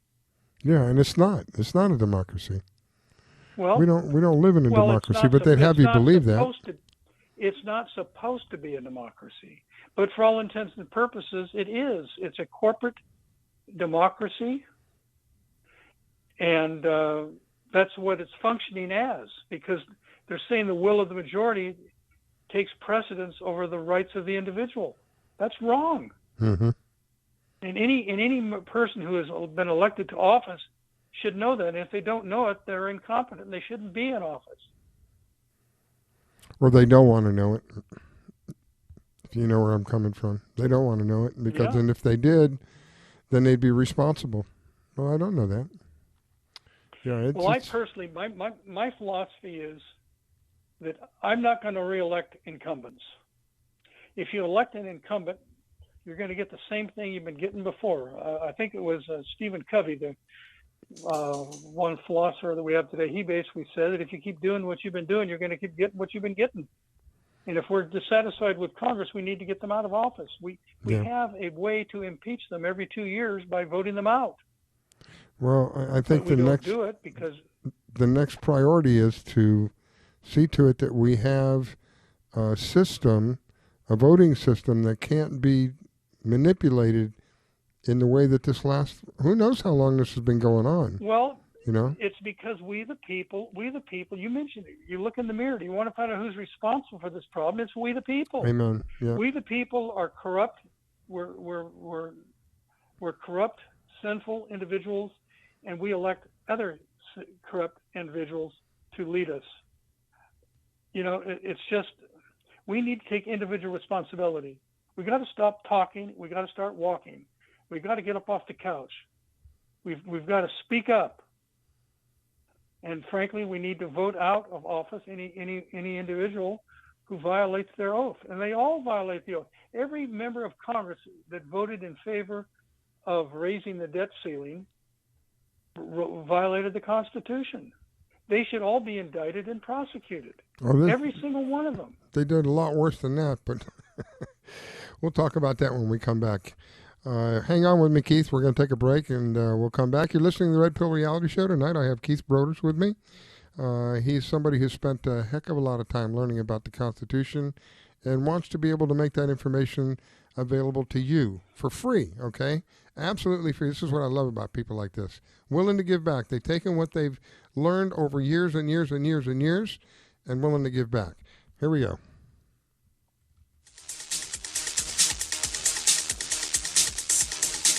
listening to the Red Pill Reality Show. We'll be right back. Take the red pill, take the blue pill, take the red pill.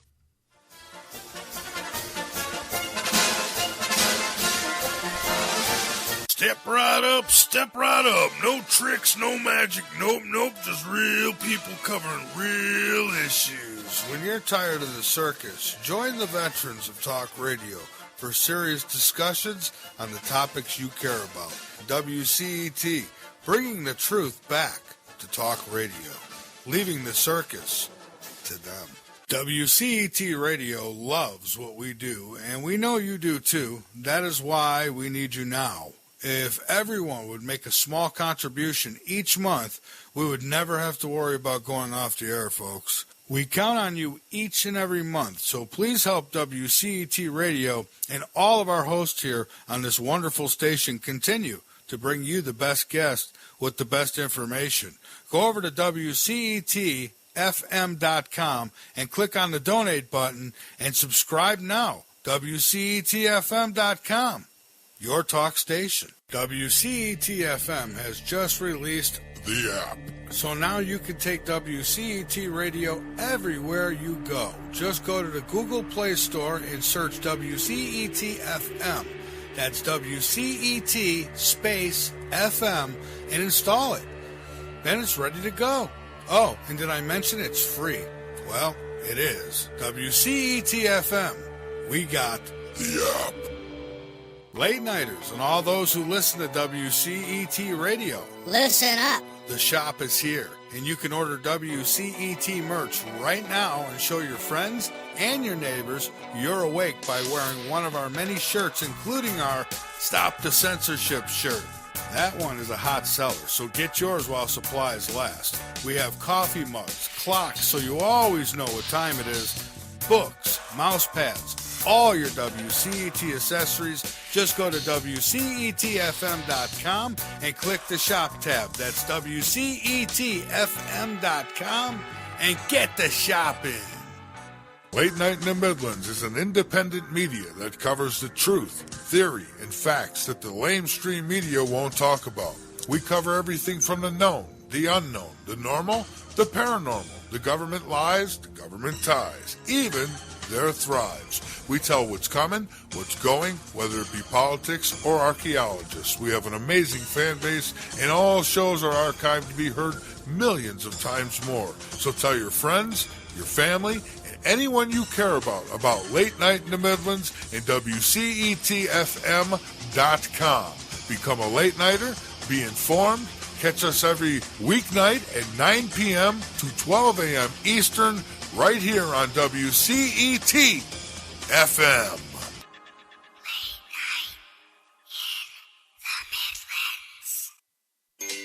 Do you need toner for your Epson, Hewlett-Packard, Canon, Brother, Apple, or Sharp printers? Look no further than Laser Technologies. In business for over 20 years, they offer the lowest prices on toner on the web. They can also repair your laser printers and toners fast and easy. Call their expert staff today at 561-792-9600 or email us at service@laser-technologies.com for all your toner needs. All toner is shipped nationwide. Why wait? Get the lowest prices on toner. Call or email us today.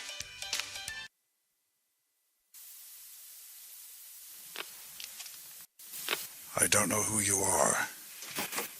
I don't know what you want, but I will look for you. I will find you.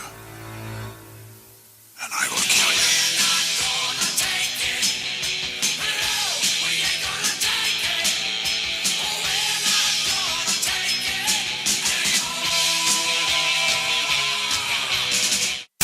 Carolina's #1 Carolina Radio, Columbia. WCET Radio Network.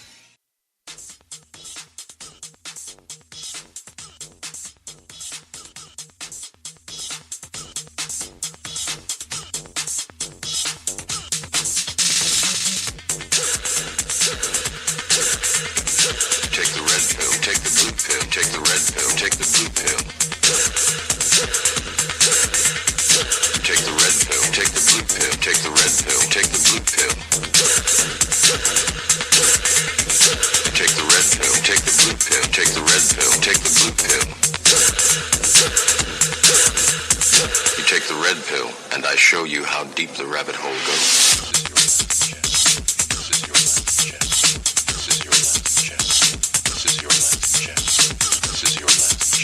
This is your last chance. After this, there is no turning back. You take the blue pill, the story ends. You wake up in your bed and believe whatever you want to believe. You take the red pill, take the red pill, take the red pill, take the red pill, take the red pill, take the red pill, take the red pill, take the red. You stay in Wonderland. You stay in Wonderland, and I show you how deep the rabbit hole goes. You're listening to the Red Pill Reality Show with your host, Riscala, every Saturday night from 9 p.m. to midnight.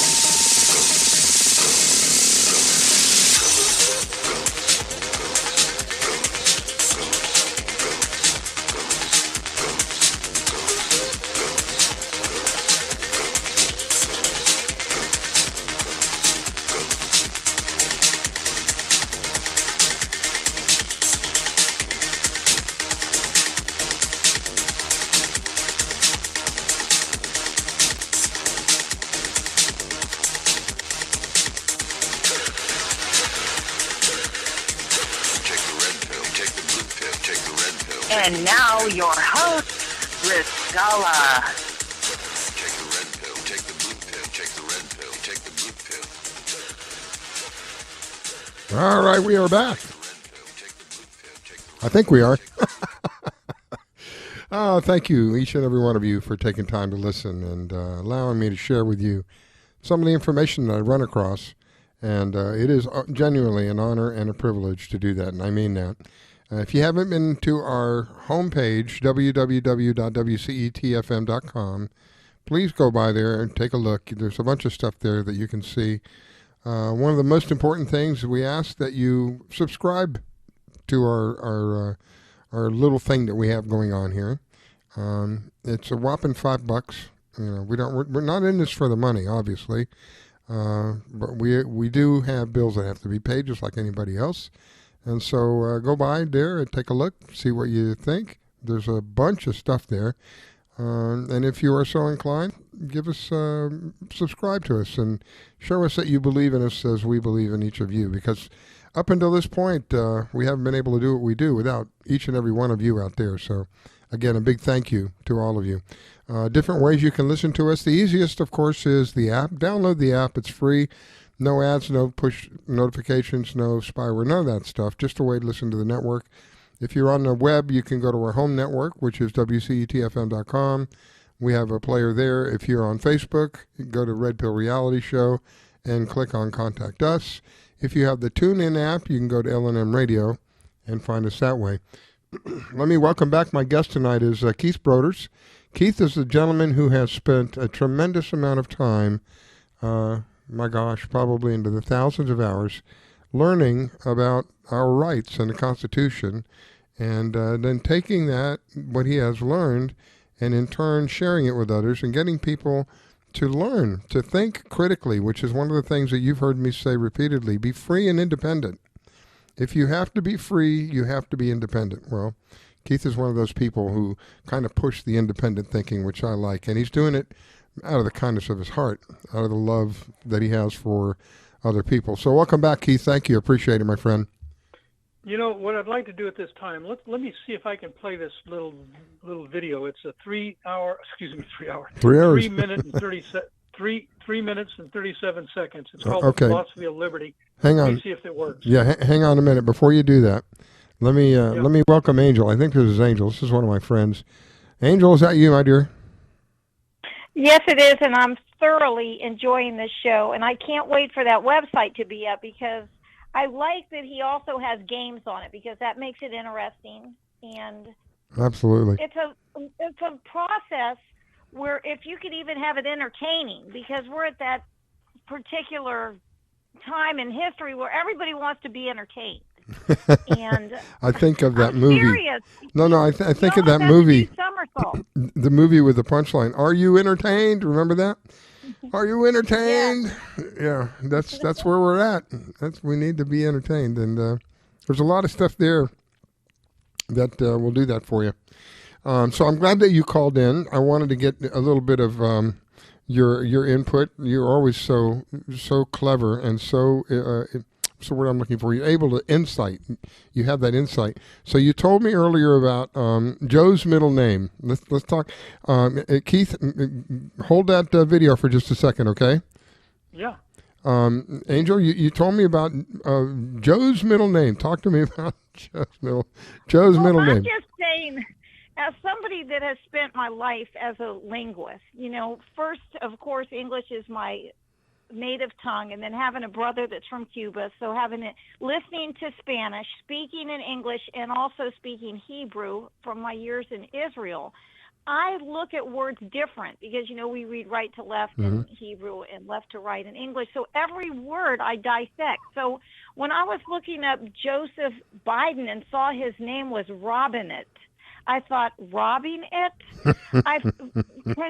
The pronunciation is there, and people think that I do this out of humor. But I'm telling you, there is an evil side that absolutely gets things put out for people to search for. Now, there's good also, that you can find. But to have the name Robinette, that is just, and I tell people, look it up on Wikipedia to find out what his middle name is. And that's like prophetic. Now, those of you who maybe haven't heard Angel in a while, maybe this is the first time, she is really amazing. I want to play this little clip. This is just real quick. But this is her picking up on something that I bet you, when you hear this, you're going to laugh, but none of you really thought about what she's going to say here. Listen to this. I guess a duality to him. Absolutely. Yeah. Listen, if I were to ask everybody here and even in the chat room, whoever's listening, what color dress did Monica Lewinsky have when she brought down Bill Clinton? What color was it? Blue. That's right. Now think of that word. And what did she do? I rest my case. I still laugh. Oh, my gosh. I still laugh about that. But this is someone who looks into things and sees things that are right in our face, but we don't transcribe them the way that she does. There's many things that she has brought out. Even what Keith is saying, and of course I'm listening, I'm taking notes. Our voting, of course we know that it is very important for people to be educated voters, but they're stealing our votes. And when you think of words, I'm telling you, it's called a left wing and a right wing. That's the same bird. So it's Amen. not like it's two separate entities. They're telling us we're the same. Because who do you trust? Yeah. They're backstabbers, front stabbers, and they flank you on both sides. Yep. So we're at a very delicate tipping point in our nation.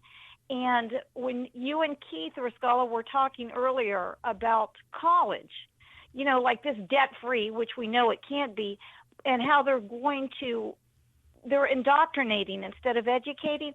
That's why they want it free, so they can have everybody come in and just go into lockstep. Exactly. Very, very good point. I was thinking of one of the things that you had pointed out to me, how they encrypt things and they tell you about it, but you don't recognize it. And one of the first ones that you pointed out to me, I think they call it the morning after pill. RU486, is that what it's called, the morning after pill? Isn't that the one? Okay, so yeah. You broke that down, and I always thought of it as the letter R, the letter U, the number 486, and you broke it down. Well, that's how it is. That is what it is. Those are the call letters for it. If anybody goes on the internet, all you have to type in is the letter R, the number 4, the letter U, and then the 8, and then the 6. That's what you type in to bring up the abortion pill. But then you brought out that it's not the letter R, it's not the letter U, it's the word ARE, YOUFOR, RU4, and then the number 86, which, coming from a military background, when we 86 something, that means that we did away with it. So again, this is some of the stuff that I've been so fortunate to have you point out for me. You want to hang on? I want to let Keith play this audio, and maybe you'll have a comment.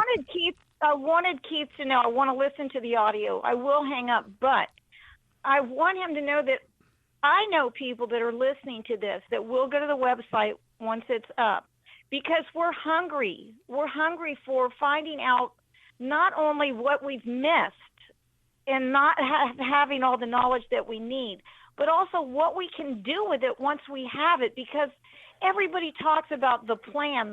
What plan? We need a plan. But you can't plan if you don't know.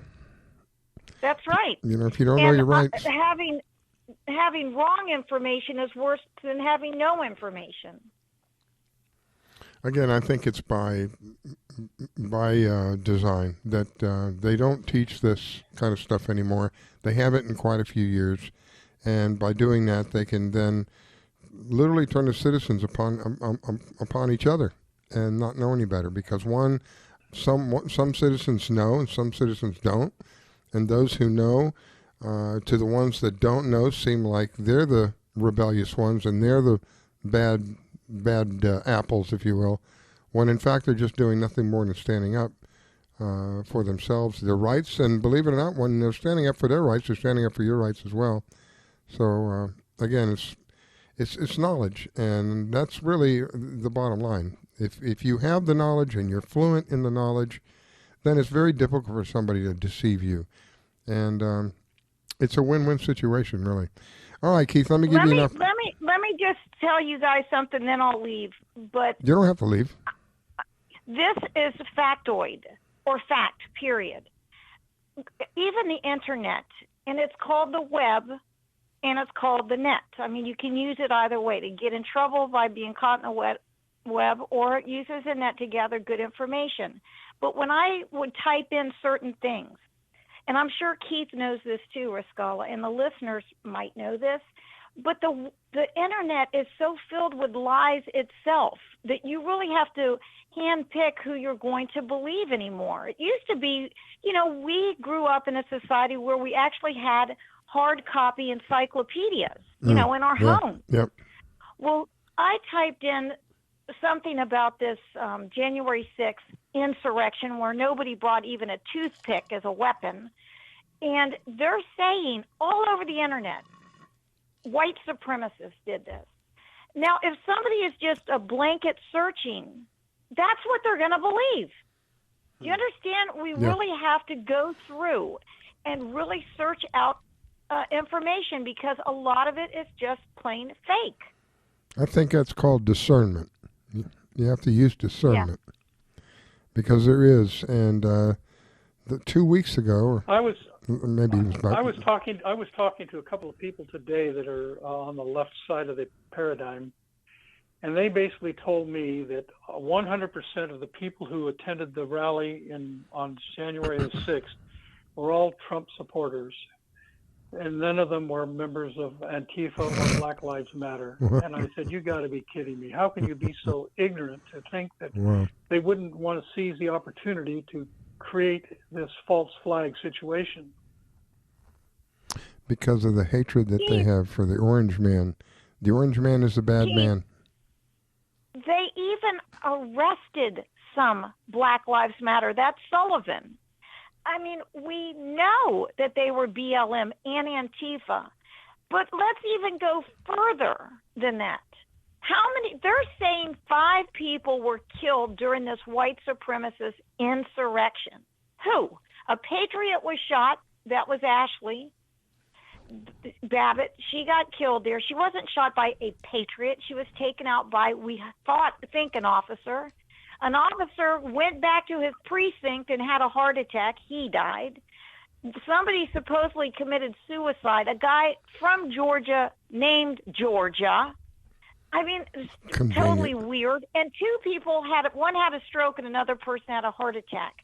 How is that 5 people got killed from white supremacists, or even from patriots that are supposedly white supremacists? It's all lies. But if you're just reading, And like the people that you were talking to, how are they so blind? But guess what? I've talked to the same type. They tell me the same thing. Same there thing was with the no COVID. Antifa. Same thing with the COVID. Everybody's dying Yeah. of COVID. Man dies of a gunshot wound. No, that's COVID. Another guy died in a motorcycle accident. No, that's COVID. Same thing.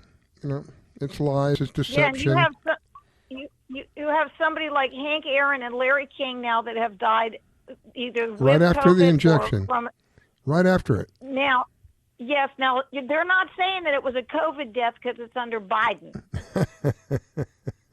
How convenient. I'm serious. Yeah. No, I'm right there with you. But I did read the story about Hank Aaron right after the. Was it just? I think it was. I don't know. They didn't say exactly, but it said right after. Right after he got the vaccine, the COVID vaccine, he passed away. 86 years old, I think he was. Yes, but I'm telling you all, and then I'm going to shut up because I really want to listen to Keith. But people, they can trust me, but verify this. I know geography, and I know that nursing home in Kirkland, Washington State, the epicenter of the first outbreak, with a decent pitching arm, you could pitch a ball from their parking lot to Bill Gates' property on the Medina border of Kirkland. Mm-hmm. Now, that is very suspicious to me. And that is all I'm going to say. All right. Let me give Keith an opportunity. Go ahead, Keith. Let's listen to that. Okay, here clip. we go. This is called The Philosophy of Liberty. This is something that was basically written from the words of Frederick Bastiat. Here it goes. The Philosophy of Liberty. Wonder. Imagine you're sitting on your couch watching the big game when a band of Vikings break in and steal your flat screen TV. What would you do? Since the government's job is to protect property rights, you'd probably call the police. With any luck, you'd get your TV back, the Vikings would be brought to justice, and life would go back to, normal. Until 3 months later, the Vikings escape from prison, and guess what? They still want your TV. Only this time, they hire the mafia to get it for them. Is there really any difference? Hardly. You don't have your flat screen, and the Vikings are still responsible, even if they didn't physically steal it. With any luck, you'd eventually get your TV back, the Vikings and the Mafia would be brought to justice, and life would go back to, okay, there's probably no such thing as normal after that. So what if the Mafia decided to donate the flat screen to a family less fortunate than yours? Does this act of charity make the theft of your personal property any better? Absolutely not. Anytime anyone steals your property for any reason, with or without the help of the Mafia, it's a criminal act of aggression. So what do Vikings and the Mafia have to do with Frederick Bastiat? Not much, but Bastiat once said, "Government is a great fiction where everybody seeks to live at the expense of everybody else." Bastiat observed that instead of hiring the Mafia, contemporary Vikings lobby Congress to get what they want. Acts of aggression that are criminal when committed by you or I suddenly become legal through the magic of legislation. In this way, individuals or groups of people are able to steal life, liberty, and property of others with the protection and assistance of the government. It's what Bastiat called legal plunder. What does legal plunder look like? Sometimes legal plunder is easy to see. When banks or businesses get billions of dollars in bailouts, that's legal plunder. When legislation forces you to buy insurance for yourself or others, that's legal plunder. Other times, legal plunder is harder to spot and may even appear to benefit society, like federal farm subsidies or Social Security. But anytime wealth is forcefully transferred from one person to another, it is charity. It's just another form of legal plunder. Legal plunder doesn't only apply to money. Government coercion that steals someone's life or freedom is another form of plunder, like when your children are forced to attend government schools, or fight in foreign wars, or compete in reality television shows. Okay, so we made that one up, but you get the idea. Bastiat concluded that when plunder becomes a way of life for a group of men, they create for themselves in the course of time a legal system that authorizes legitimizes it and a moral code that glorifies it. In other words, legal plunder transforms citizens into competing bands of Vikings while transforming the government into a powerful mafia, carrying out acts of organized crime against the natural rights our founding fathers established to protect. In this vicious cycle, it's just a matter of time before the neighbor we plundered uses the government to plunder us. So the next time you see the helpful hand of government at work, ask yourself this: who is being plundered to make this possible? Don't be surprised if the answer is you. What do you think? I think it's right on the spot. What do you think, Angel? I do. I love it. I think it was right on the spot. Now, where did you find that? Is that something that's online? Yes, it's on my website. It's Okay. under the Foundations of Liberty section Excellent. of my website. Excellent. Yeah, I think it was right Can on. Go ahead. Can I ask Keith a question, and then I will get off of here? No. Because this is not a trick question, Keith. This is really something that I want an answer to. Why do you think somebody 80 and 86 years old like Pelosi and Feinstein, is that the reason that they stay in office, so they can just skim off these programs, or what is the reason for it? Well, I don't think, Benjamin Franklin one time wrote an article, and he basically talked about the danger of a salaried bureaucracy. And he basically said there's a human characteristic which is a real problem when it comes to government. He says if you can find a position in government where you can satisfy your greed and your lust for power, you've got it made in the shade. Now, you take a look at all of the people that are in Congress. Most of them, if they're not already millionaires, are going to become millionaires very soon. And frankly, I think most of them, their main motivating button is probably not the greed as much as it is the lust for power, the ability to control other people, and so I think that's the motivating factor. Because I would be, if I were in their position where Nancy Pelosi and Feinstein and the rest of them have made $1 gazillion, probably from skimming off of programs, I would be wanting to be in a hammock at not even wanting to work at 80. But if you're saying it's just the power play that they get, it's got to be some psychological weirdness, because it's the ego, and it's the they're just sick. They're sick individuals. They're motivated by greed, and their behavior is completely unrighteous.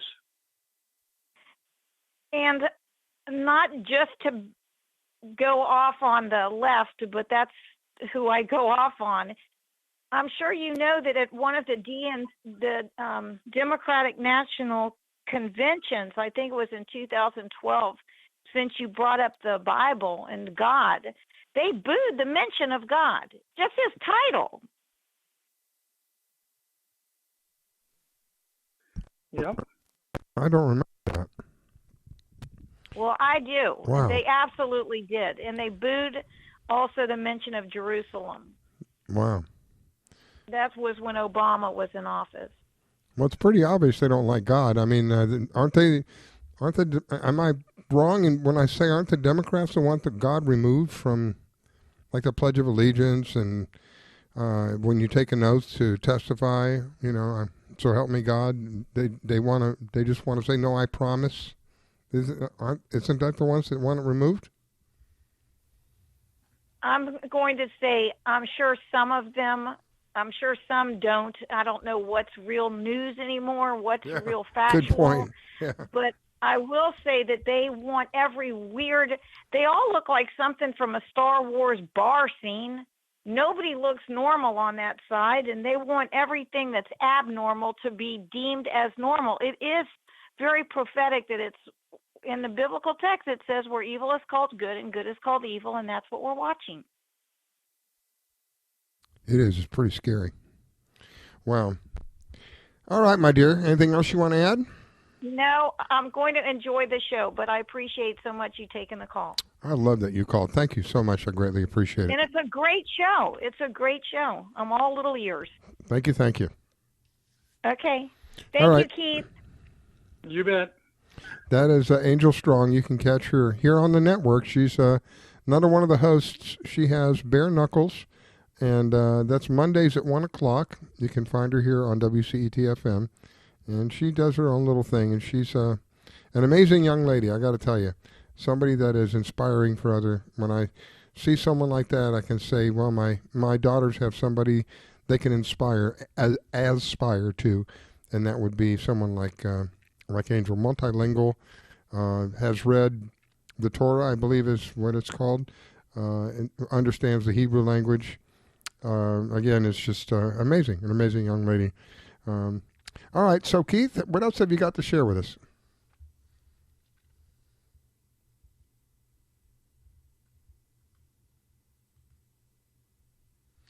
All right, obviously we're having an issue here. Give me a second. My board just went down for some reason. Let's go back. Well, give me a moment here and let's see if we can get it started again. I'm going to take a quick break because I don't know what happened, but I'll be right back. Don't go away. You're listening to the Red Pill Reality Show. A little bit of a technical issue here, but we'll fix it. You're listening to the Red Pill Reality Show. We'll be right back. Take the red pill, take the blue pill, take the red pill. I know you're out there. I can feel you now. I know that you're afraid. You're afraid of us. You're afraid of change. I don't know the future. I didn't come here to tell you how this is going to end. I came here to tell you how it's going to begin.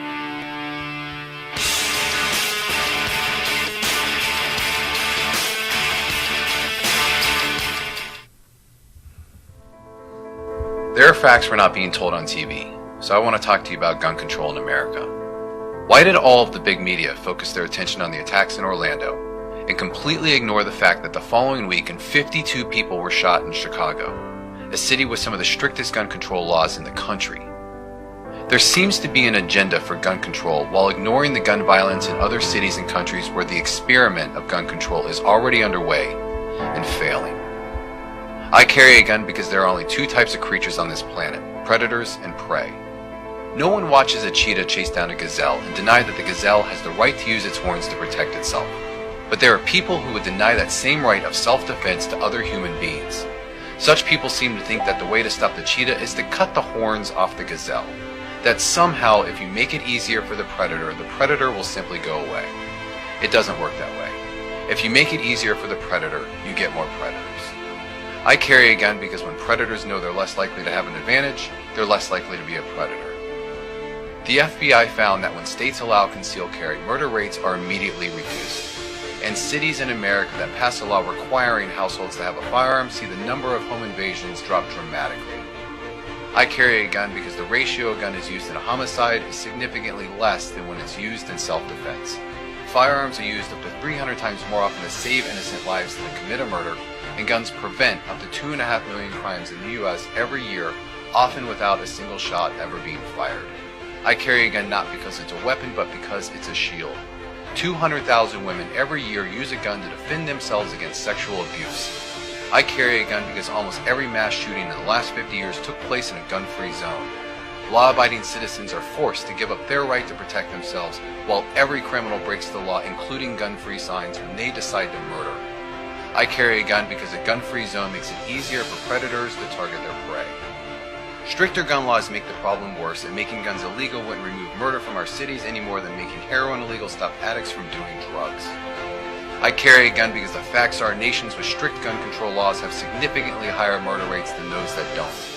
I carry a gun because I know in the U.S. scissors and knives kill almost 5 times more people every year than rifles do, including the AR-15 and other so-called assault rifles. Calling to ban a tool will not resolve the problem. I carry a gun because criminals break the law with or without them. The 9/11 terrorists used box cutters in airplanes. Timothy McVeigh used bags of assault fertilizer. I understand that some people want to blame things like semi-automatic rifles, 30-round magazines, hate crimes, terror threats, gun control, historic flags, national security, religion, or illegal immigration. I understand we want to blame something, anything that we can control. But don't blame me because I carry a concealed gun to protect my family. I understand we need to start addressing what we really want to ban: violence, murder, and insanity. I carry a gun because I know who's pushing to ban them. Our right to bear arms is not there simply to protect us against lowly criminals. I know the politicians know this, which is why they call for gun control instead of crime control. I carry a gun because I've seen gamblers who want more winnings, alcoholics who want more alcohol, and people with power want more power. I understand what the Founding Fathers knew, that the right to bear arms is there to protect the American people from those drunk with power, and I understand every country was free before it wasn't. I carry a gun because having the right to bear arms gives the citizens of this great nation a fighting chance against the predators of greed and power, whether in our home, our capital, or our neighboring lands. Evil exists only because too many good people stand by and do nothing. I know seeing America's right to free speech was a chilling wake-up call when it became locked away in a zone. That's why so many steadfast Americans and great organizations stand up for the people to keep the balance of power from tipping over. I carry a gun because it removes the unfair advantage between predators and prey. I don't carry because I'm looking for a fight. I carry a gun because I'm looking to be left alone.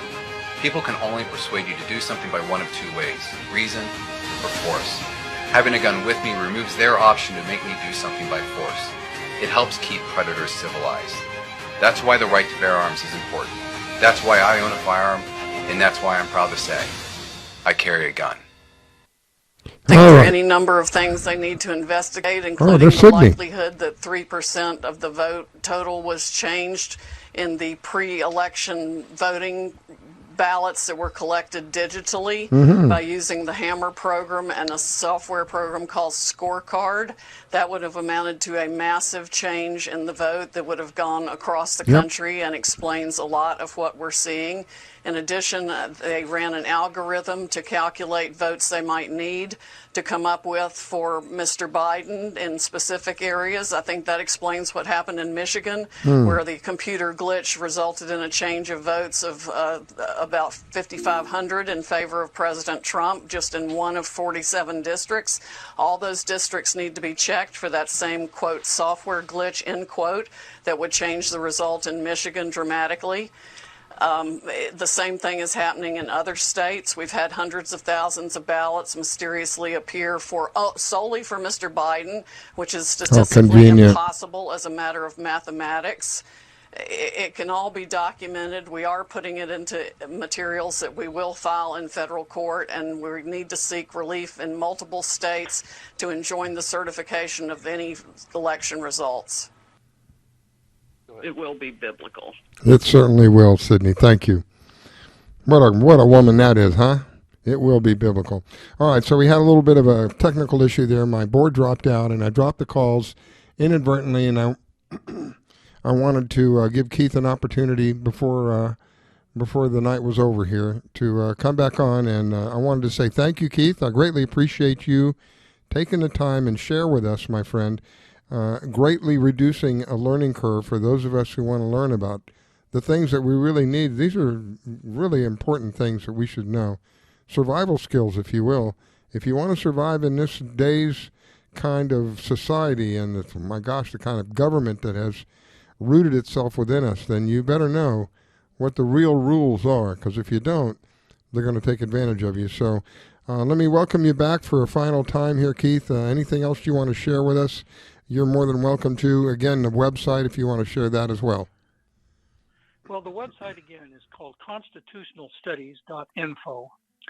I'm having a little bit of a problem with my server in terms of getting it out, so you may go to that website and you may have trouble connecting with it initially. But what I'm going to do is I'm going to send the URL to Riscala. I'm also going to be sending him an email so that you can basically just he will be able to forward the email to all of his people on his email list, and they'll be able to get the full content of the entire website will be found in the content of the email. So you may not have to go to the website address as much as you just need to go to the URL, the email, which consists of all of the content. That's the way that I thought it was pretty cool. That's the way that I got it. It's kind of like a mini website in the email. Well, what I would like to ask you to do, though, is if Riscala, how many people do you have on your email list, or your contact list? Active, probably 60 to 75. I have about 200. What I would like to ask you to do is, I'm going to send you tomorrow. I'm going to send you the email. I'm going to send you the content like I did before, except this new version is much improved over what you received. Okay. And what I would like to ask you to do is to please forward this to your 60 or 70 email contacts. Sure. And ask them to forward it to all of their email contacts, because this is the way that we can duplicate what Thomas Paine did when he wrote the pamphlet Common Sense. It went viral, and the message that I have needs to go viral. Well, the message that you have, I'm 100% agreement with, and that is a message of learn your rights, because if you don't, they're going to get taken from you. It's that simple. If you don't know what you're missing, then how are you going to know if somebody's taking it from you? And that's really what it boils down to. And it is because we don't know our rights the way we should, I believe, is because these people, because we don't know our rights the way we should, is why these people have been able to get away with what they've been able to get away with. A combination of us standing together in unity for what is rightfully ours is the only way we're going to be able to get back what we need to get back. But the only way that we can stand in unity for what is rightfully ours is to know what is rightfully ours. And this is great. So I appreciate it, my friend. God bless you. Thank you. I wish you the rest of this weekend an awesome weekend. I think you're on the west coast of Florida, right? Yes, I am. It's supposed to be a little And cooler. I would like to, I'll call you tomorrow or sometime and give you the information how you get in touch with my friend Clyde Cleveland. Okay. Great. And I think he'll be a great guest for you as well. Yeah, I think I've spoken with him once before, but please do that because I may have misplaced his number. And I think he would be an excellent guest. I think he's the one who's helping put together the Florida Assembly, if I remember correctly. Yes, that's correct. Thanks a lot. All right, my friend. God bless you. Thank you again. Appreciate it. Okay, bye. All right, so long. Keith Broders, and you can find him at constitutionalstudy.info. Right now, the website is down. I tried to get on the website. It is down. He did mention it was being worked on. They're updating the website, constitutionalstudy.info. Keith Broders. And, again, this is the kind of people I like, guys. You know, somebody who spends a lot of time learning and willing to take the time that they've learned and share it with other people. That's awesome. That's really one of the best gifts that somebody can give you because you're giving of your time. You can't get that back.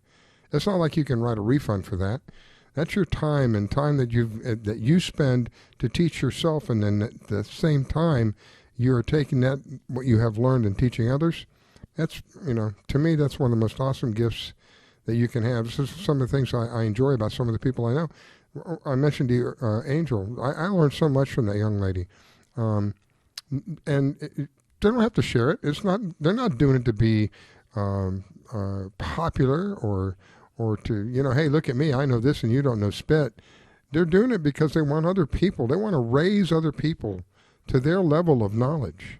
That's awesome, man. That really, if everybody would share the knowledge that they have in whatever particular subject that they know, if they're fluent in that subject and they would share that knowledge, imagine what the general population would have as a vast variety of information available to them. And without question, it would raise the society, the level of society. It would help promote integrity. It would help promote honesty and morality instead of what we're seeing today, which is a preaching of hatred repeatedly over and over and over again, one side pitched against the other side constantly. And now with this one side that has taken, quote, power, threatening the other side just because they supported the Constitution. They supported a constitutional president who supported the Constitution. They're threatening the other side because they didn't like the other side. That's not what America is. You should be able to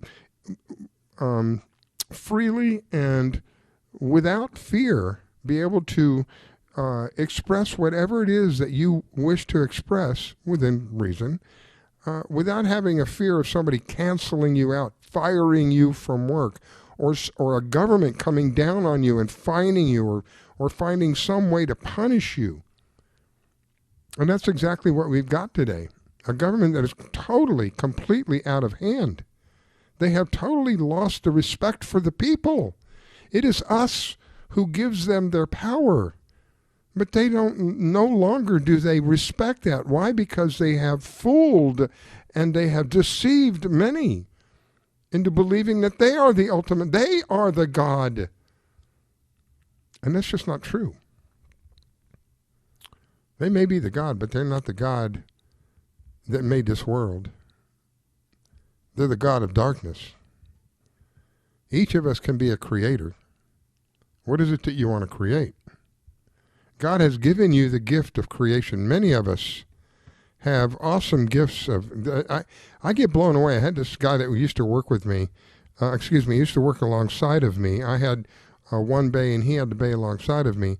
And what he would do is he would build custom furniture. People would come into his place. I saw him go through the whole process. This one piece of furniture that he built, it cost the user, the person he built it for, about $15,000 before it was all over. He spent about 60 days doing this. It started on a piece of paper, a scratch. You look at it as a scratch image of what this person wanted.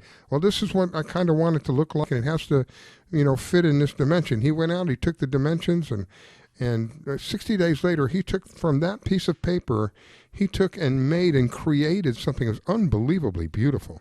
Oh my gosh. I had another friend of mine who could paint. They could take a variety of different ways of painting. One of their favorite ways was airbrushing, I think is what it's called. And they could literally airbrush a t-shirt within 30 seconds and make you an awesome t-shirt. It was unbelievable. I have friends of mine who are gifted in different areas. Each of us has a gift, I believe. It may not be something that is above and beyond other people's gifts. For example, like you may not be the best singer, you may not be the best musical player, but you are something that you have. The gift that you have is your gift that you can give to someone else. That's different for everybody. The point being is that we all have the opportunity to create. What are you going to create? Are you going to help create something positive? Or are you going to help create something that is dark, something that is hatred, something that doesn't help promote a good, healthy vibration among other people? Because that's what we have in power today. We have someone who is of the dark side. And if we don't unite together and help promote the light, we're doomed. There's no other way around it. It's like that audio clip I played for you earlier where the young man says, it's like 5 steps to communism. We're already hit all 5. They've already gotten all 5. So now more than ever, it is crucial that let's try that in English, let's call it, that we unite. And it doesn't take a lot to find common ground. Don't you want to be free? I mean, really free? Don't you want you to be able to defend yourself against anything, whether that is a thief, whether that is all right now, Mike, whether that is a government that is, gone rogue, because that's what we have today, a rogue government, a government that doesn't really care about the people. That's pretty obvious. A government that wants to enrich itself, and by enriching itself, it wants to do that through your pockets. That's pretty obvious.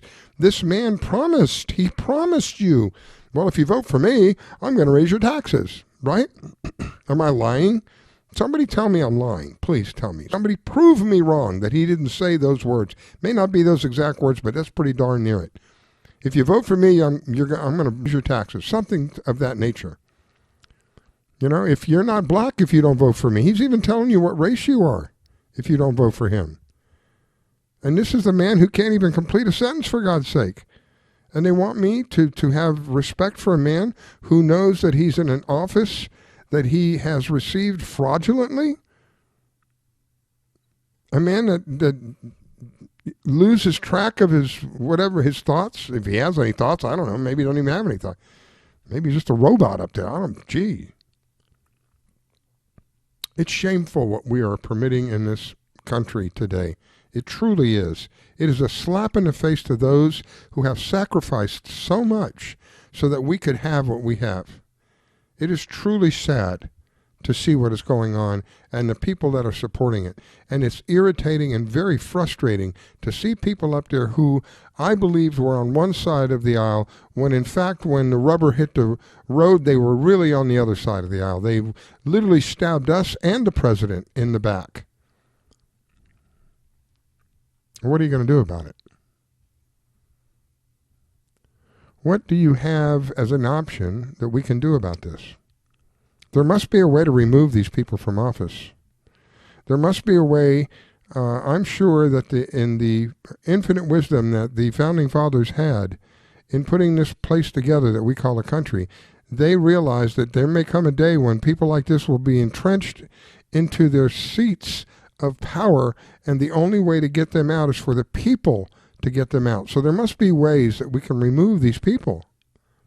Petitions, I don't know, whatever the legal manner is, but there must be ways that we can remove these people. That's what we must do next. We cannot stand idly by and allow these people to literally destroy our country, because that's what's coming. And I know there's people out there that think that I'm exaggerating. I'm not exaggerating. The intention of these people is to bring our country down to the level of the rest of the world. They don't want to lift the rest of the world to our quality of life. They want to bring us down to their quality of life. They have more than ample enough funds and finances and financial horsepower to raise the entire country. There shouldn't be a single person homeless or a single person that cannot have a job. It's all deception. There is enough for everybody. There is an abundance on this planet, but there are too many people.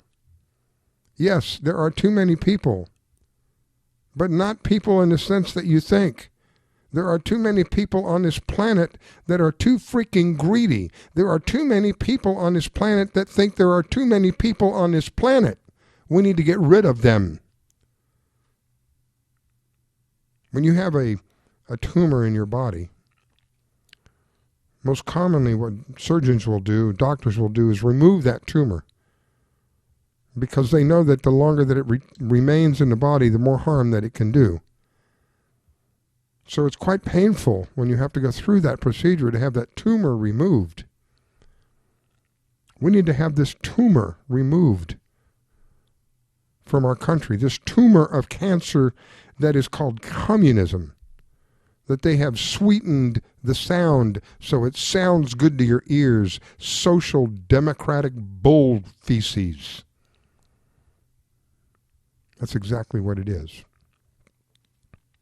I liken it unto someone who bakes a cake, and it is one of the most delicious recipes you could imagine, but at the very end they add a teaspoon of poop, just a teaspoon.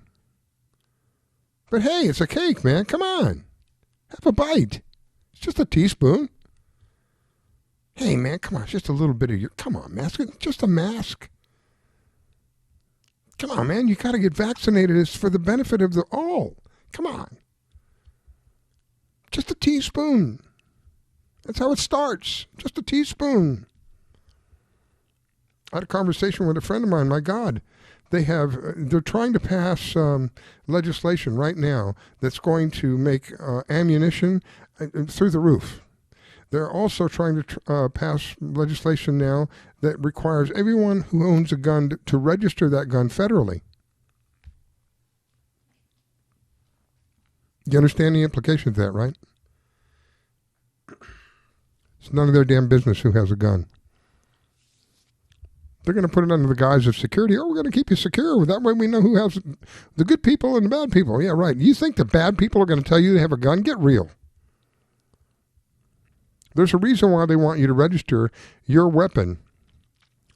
And it's not a nice reason. It's a malicious reason.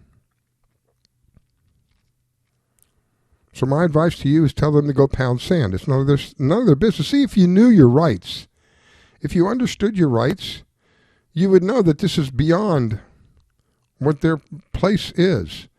This is not within the envelope of their responsibilities. This is far beyond it. It is none of their damn business. They do not have the right to tell you that you are essential or non-essential. But look what happened. Look how many businesses now are going to go down. If not, how many have already gone down? Probably tens. I may be wrong, but in my imagination, in my mind, across the United States, it has to be into the thousands, maybe even into the tens of thousands of small businesses that could not survive for how long this has been going on now? 10 months? 9 months?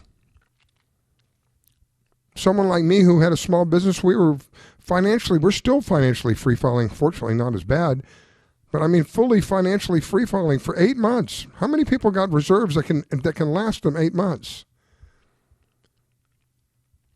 And still having an issue trying to regain back some of the business that was lost over all this time. I believe that this is all intentionally set to put small businesses out. They don't want small businesses. You see, it's the small business people, they don't make the big contributions like the big corporations do. When you hear about bailouts, you don't hear about bailouts for the small business people. You hear them about they're too big to fail. Remember that one? Too big to fail, Rascala. We can't let them fail. They're too big to fail. The hell with that.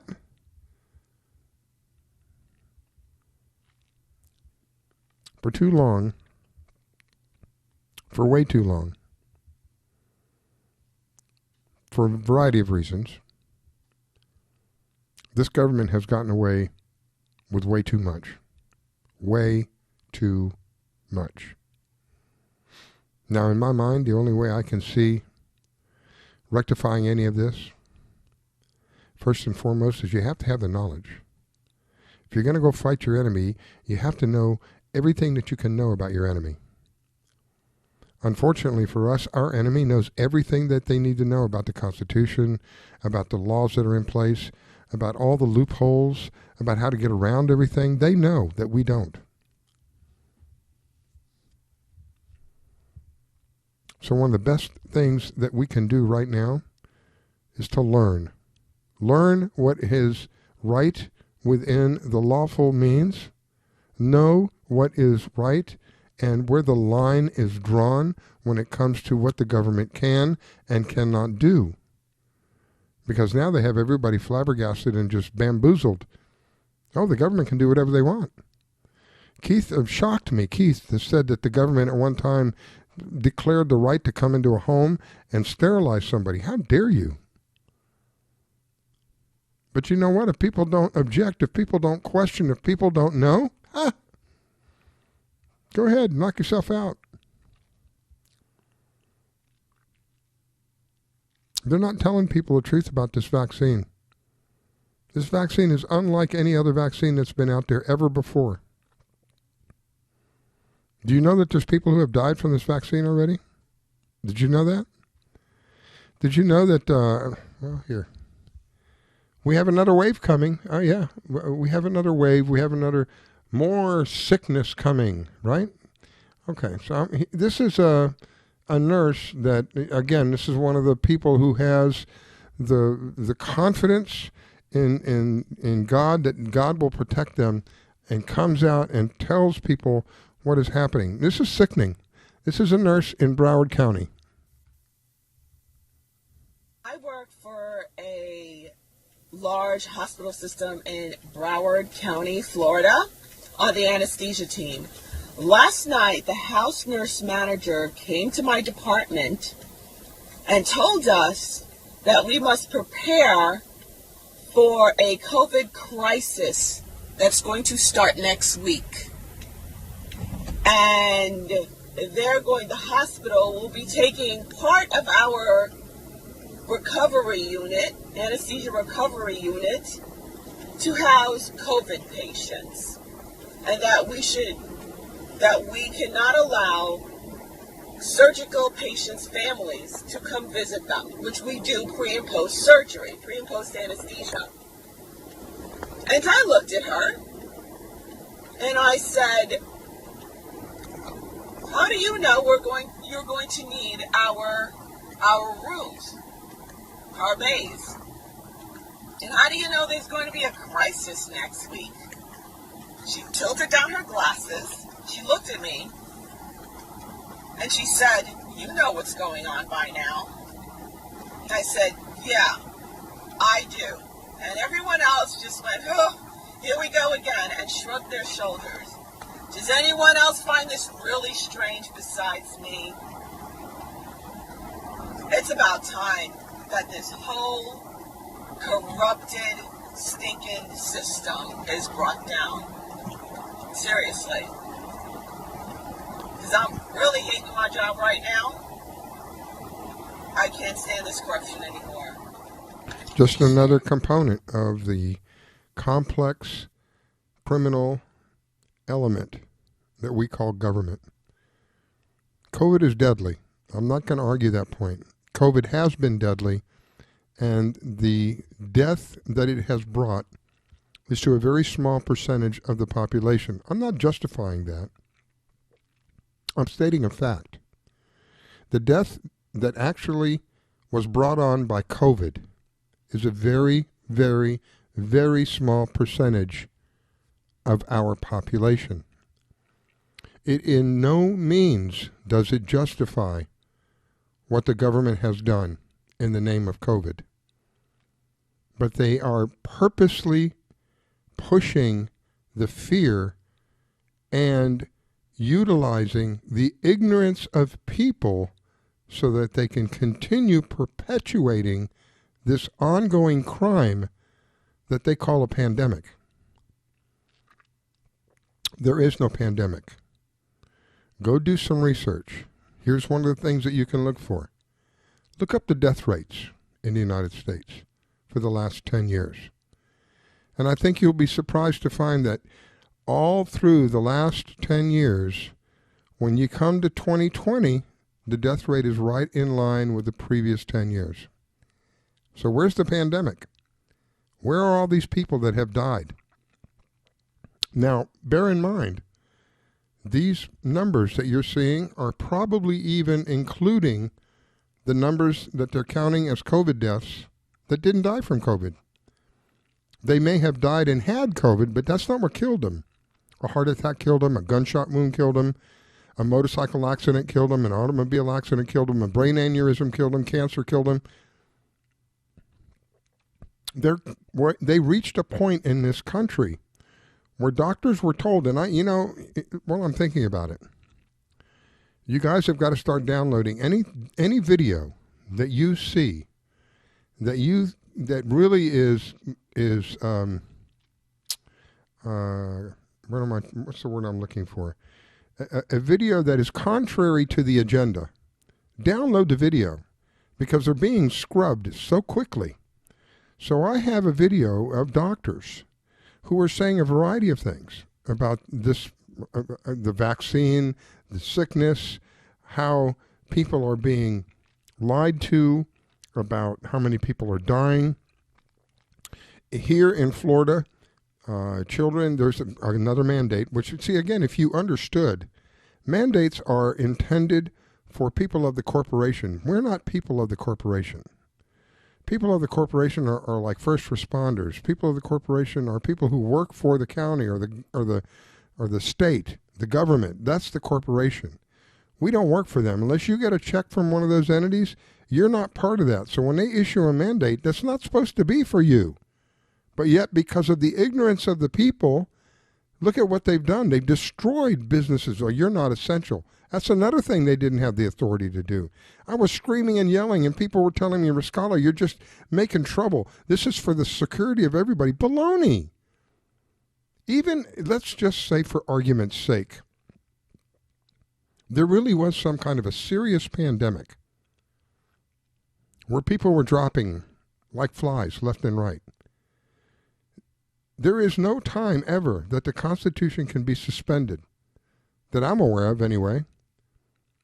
I think the only thing that would come to mind would be civil war. Other than that, it's not. It is in place for a reason. You can't come along with a, quote, emergency and say, well, we're going to suspend that. No, it doesn't work that way. Otherwise, at any given time when it's to your approval that meets something that you need to have met, oh, well, we're going to have an emergency. Just like this nurse was telling us about this next wave that they're already talking about, this next wave, and, oh, you're going to have a room available for this next wave. How do they know there's going to be a next wave?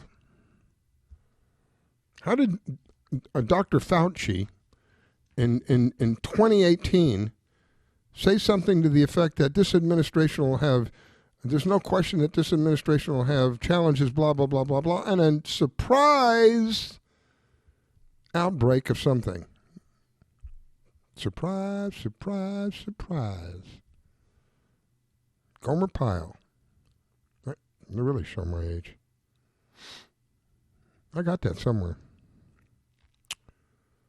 How did he know? How did he know there was going to be a surprise outbreak? How the hell is this a surprise? How is it a surprise if you know? Ugh, I'm getting worked up. Because they are the ones responsible. That's how.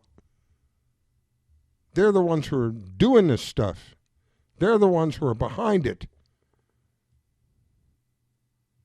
So, if I was going to, if I was a sick, twisted, psychopathic, no-good-for-nothing, sewer-sucking slug like one of these bums, and I wanted to poison a bunch of people, I could say, hey, in my professional opinion, we're going to, X amount of people are going to die in a certain amount of area, in a certain area, and then go poison them with some poison, some exotic poison that people don't look for.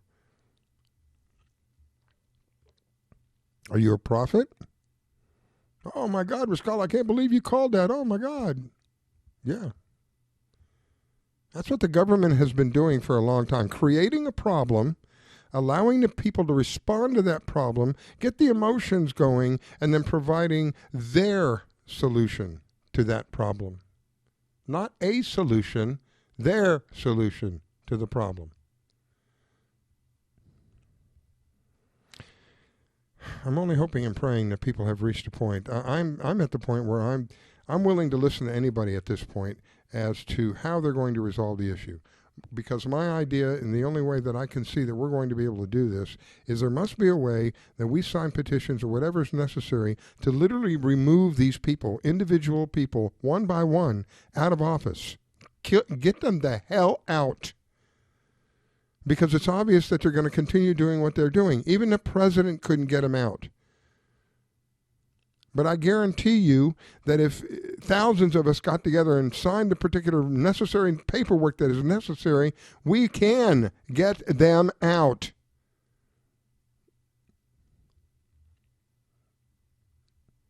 I have had the pleasure of speaking to some people who have literally put their lives on the line in some cases. They've literally invested their life in what they believe. They have come up with, what's the word I'm looking for? They have investigated our history and learned what has happened, and then taken that and found a way to rectify what has happened,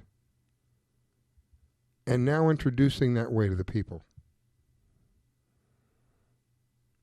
There are many of them out there. And what they're introducing is lawful, it is moral, it is ethical. Keith talked about natural law. A lot of what they're talking about is natural law.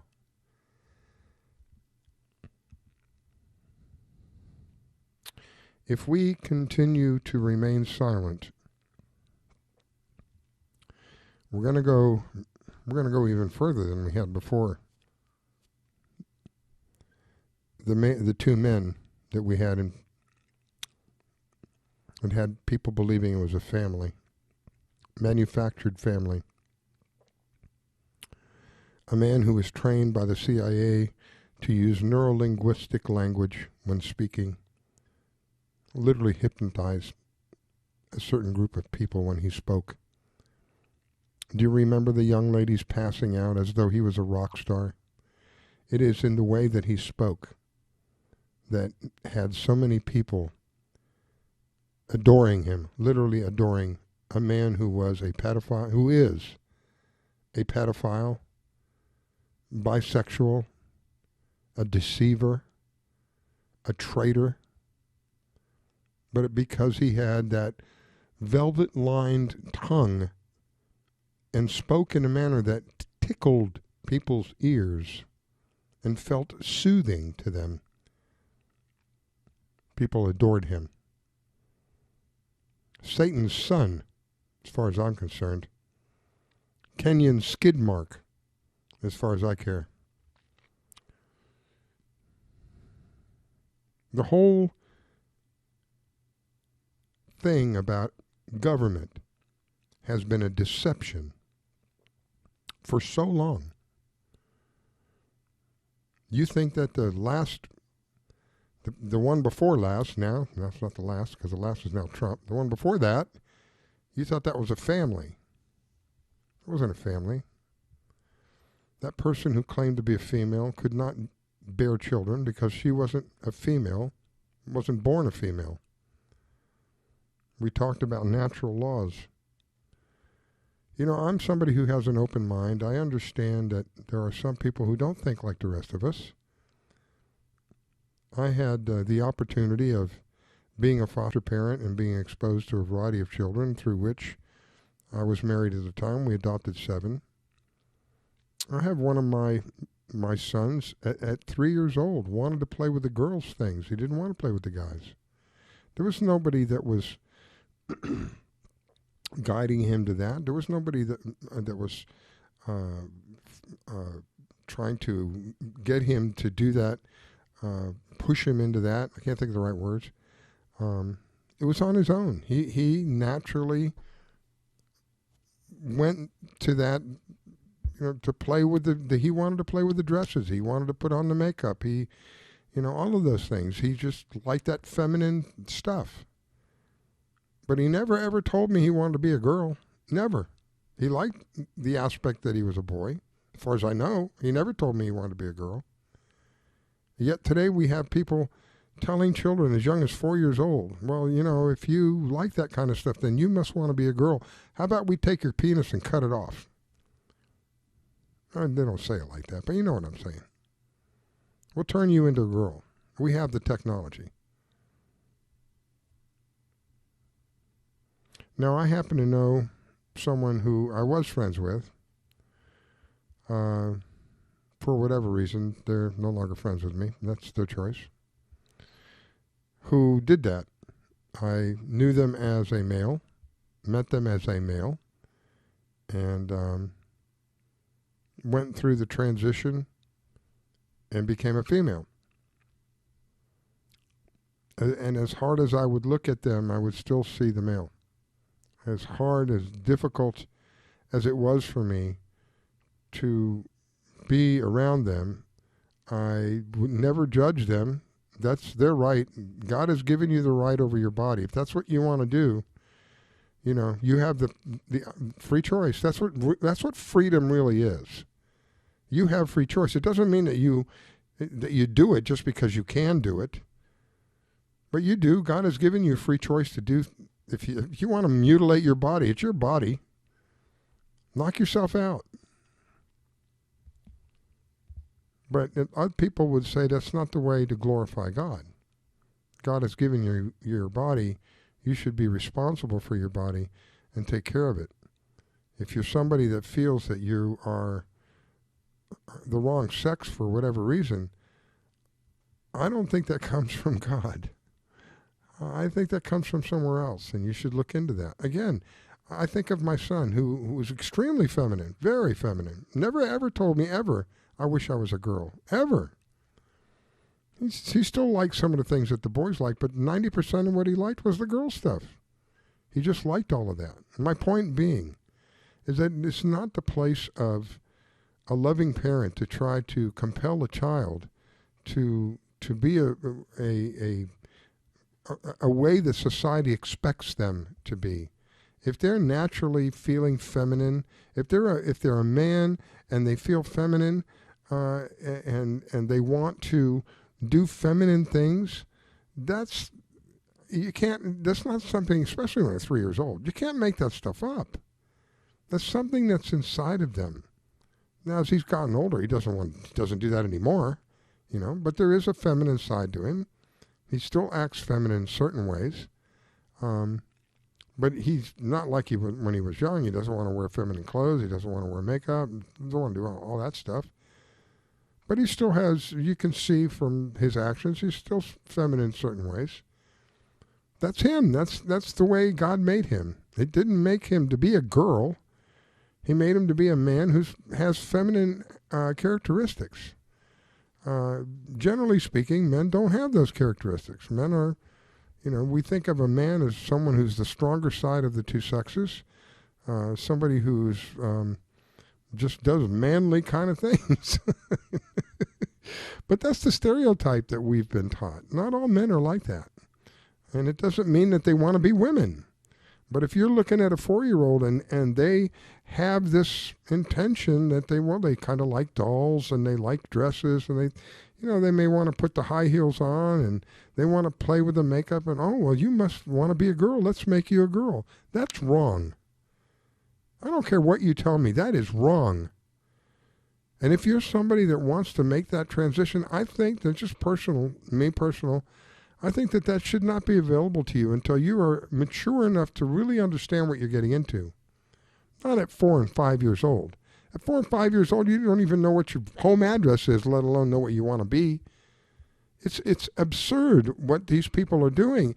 And now that they are back in power, you can expect more. I know that some people said, wrote me some emails, very despondent over what's happened. All I can say to you is that I still believe that Donald Trump is a man of his word, and he said he'll be back in some form, some shape, some way. I'm paraphrasing, but he said he'd be back. That's the basic message. I don't know how long we'll have to wait before that is. I don't think our country can handle 4 years of this. I really don't. I think within 4 years we'll be gone. We were on the edge of collapse before he moved in. I don't think people really understood just how much Donald Trump did for this country with regard to our financial strength, amongst other things. Our financial strength, our placement in the world, our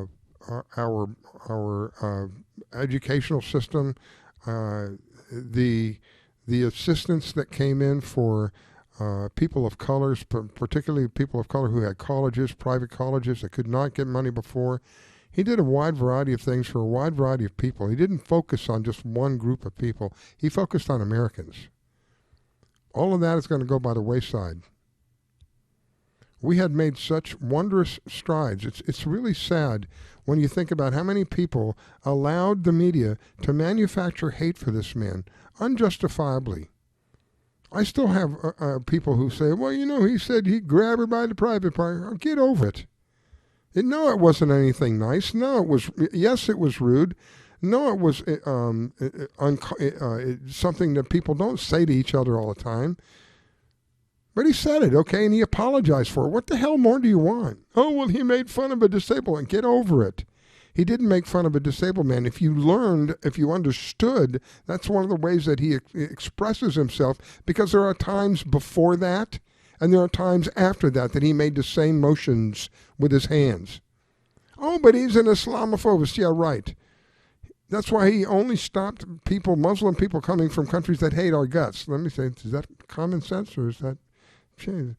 We have a country that hates our country, and you want to let people from that country into our country. I don't think so. No, I don't think so. No. He's done a tremendous... That's not to say that my nose is in his crack. He's done some things I don't agree with. The vaccine.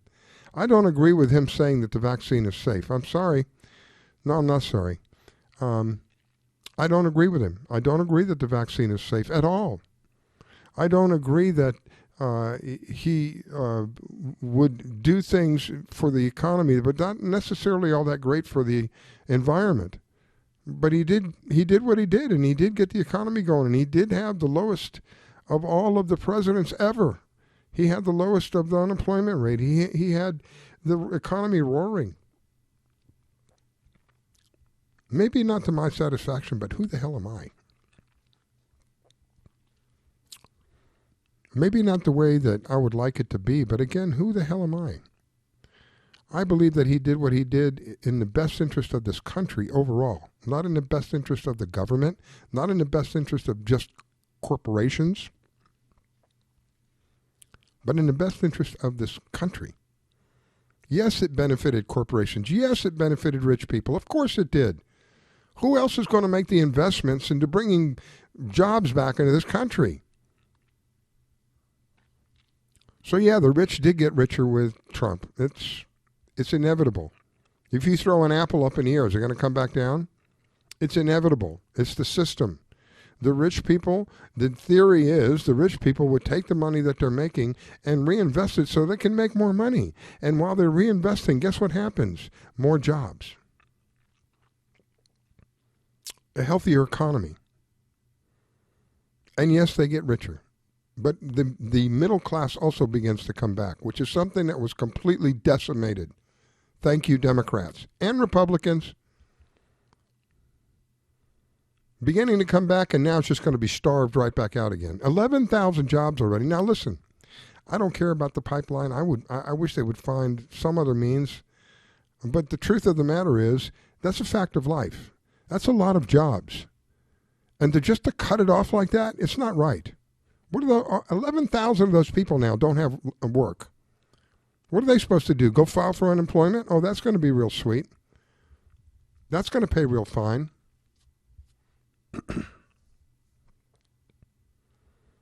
So, yes, I don't like, that's one of the things I didn't agree with President Trump. He continued with the pipeline. But you see, the pipeline was going to help the economy. For me, it's sad that we have to rely on oil. Our economy is literally an oil-based economy. And it's sad that we rely on oil for so many things when there are alternatives. But the problem with the alternatives are there's not anybody can compete. It's not a closed market per se. You know, when you're dealing with oil, you have to have special equipment, costs millions of dollars. Then you have to get the oil. Then you have to refine the oil. You have to have a refinery, another, millions of dollars. Then you have to get it from the refinery to the dispensing locations, more money to get it to do that. Then you have to get it from the dispensing stations to the gas stations. So everybody gets a little chip along the way. So before you know it, by the way, I don't know about you, but gas prices in Florida just went way up. We were $2.12 2 weeks ago, and we're $2.70 today. Why? What happened? So if you introduce a fuel that people could make at home, wow, what would happen then? All of these big corporations would be bye-bye. Not necessarily, because there's still stuff that oil can be used for. We just don't need it as a fuel. And we really don't need it to make plastics either, because hemp oil can do that. Hemp oil can be fuel. Hemp oil can be used to make plastics. And hemp oil is 100% organic, 100% recyclable, 100% renewable. But we don't want that, you see, because anybody can make, I say anybody, generally speaking, you don't need $1 million refinery for hemp oil. Hemp itself is a weed. It can grow just about anywhere. You don't really need to fertilize or anything. It just grows. So you wouldn't have to have people who have a lot of money that they could invest a lot of money so they could make more money in the process. Anybody could do it. You get some hemp seeds, you throw them out in the backyard. Before you know it, you got 6-foot plants. You take the 6-foot plants, you process them down, you get a wide variety of things out of them. You can make rope out of it. You can make clothes out of it. You can make medicine out of it. You can make oil out of it. You can make fuel out of it. But they don't want that because anybody can grow hemp, you see. You don't have to have a refinery. You don't have to have drilling equipment. That's one of the things I didn't agree with Mr. Trump, but I understand. I understand where he's coming from. Economy, in order to bring the country back, we have to have a good economy. We have to have a strong economy. That's part of the strength of the country. And this was a way to do that. Now, maybe sometime in the future, he would introduce some other way, but he certainly wouldn't start the pipeline, just cut it off, 11,000 jobs, boom. He'd find another way. He'd find something for those 11,000 people, another job that they could do that's related to what they're doing now, that they could utilize the existing skill set that they have. Instead of saying, see you, bye. Just like he did to the military. One of the first things he did when he, I don't even know if this guy's really in the White House. Has anybody seen him literally in the White House? Yeah, I know I've seen videos of him in the White House. Who's to say it's not a movie set? The first thing he did, from what I understand, is he removed all the military flags. And doesn't that go along with, hey, all of you National Guard that were kind enough to, quote, protect us, get your ass out of the Capitol right now. Go sleep in the parking lot. Get out of here. We don't want you anymore. That's the kind of respect that they have. What happened with the last administration with regard to the military? You think the last administration would have allowed something like that to happen? As a matter of fact, from what I understand, Trump opened up his hotel and said, as many of you can fit in there, go knock yourselves out. Don't have to worry about paying any bills. Go stay where it's warm. Instead of out in a freaking parking lot. One bathroom for 5,000 of them. How do you like that? That's going to work. How long was that bathroom line? And what did they do wrong? They showed up in Washington to protect these scumbags. I don't know what getting close to midnight, you guys. I don't know what went wrong, but I certainly wish that it hadn't. Because I guarantee you I would have been partying in the streets had I seen what I expected to see. And I think they were afraid of it. I truly do, because part of the inauguration was pre-recorded. And if you don't believe me, go look it up. Venezuela got to see the inauguration 10 hours before any of us. How do you think that's possible? How do they do something like that? It's called pre-recording. And why? Because of fear of being arrested, because they knew their asses were on the line. And when they figured out that what was going to happen wasn't going to happen, they showed up for real.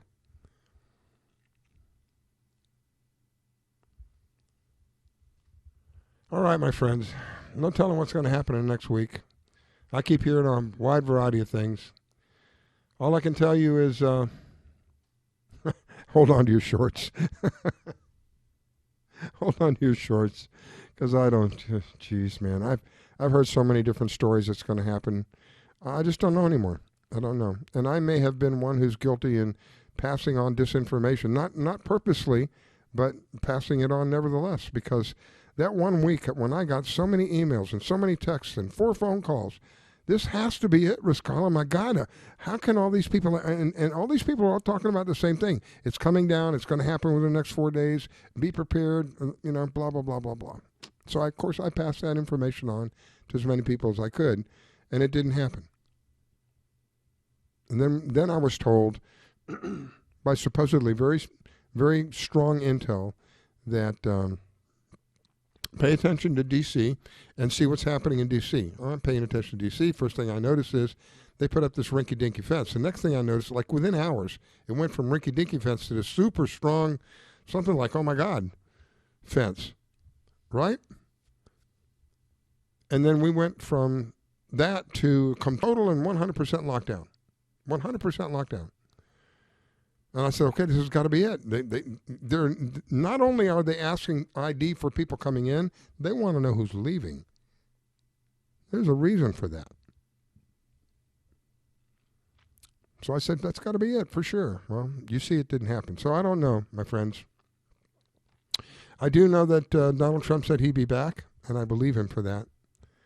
And I do know that if we will unite, and one of the ways we can do that is learn about what you have as rights. Learn about where the government, where you draw the line with the government, because that is very vague to many people. And until people really understand, until we really understand that, they're going to be able to get away with whatever they want to get away with. God knows what's going to happen next week. God bless you. Thank you. Greatly appreciate each and every one of you. We'll be back in a week. Take the red pill. Take the blue pill. Take the red pill. Take the blue pill. Take the red pill. Take the blue pill. Take the red pill. Take the blue pill. Take the red pill. Take the blue pill. Take the red pill. Take the blue pill. You take the red pill, and I show you how deep the rabbit hole goes.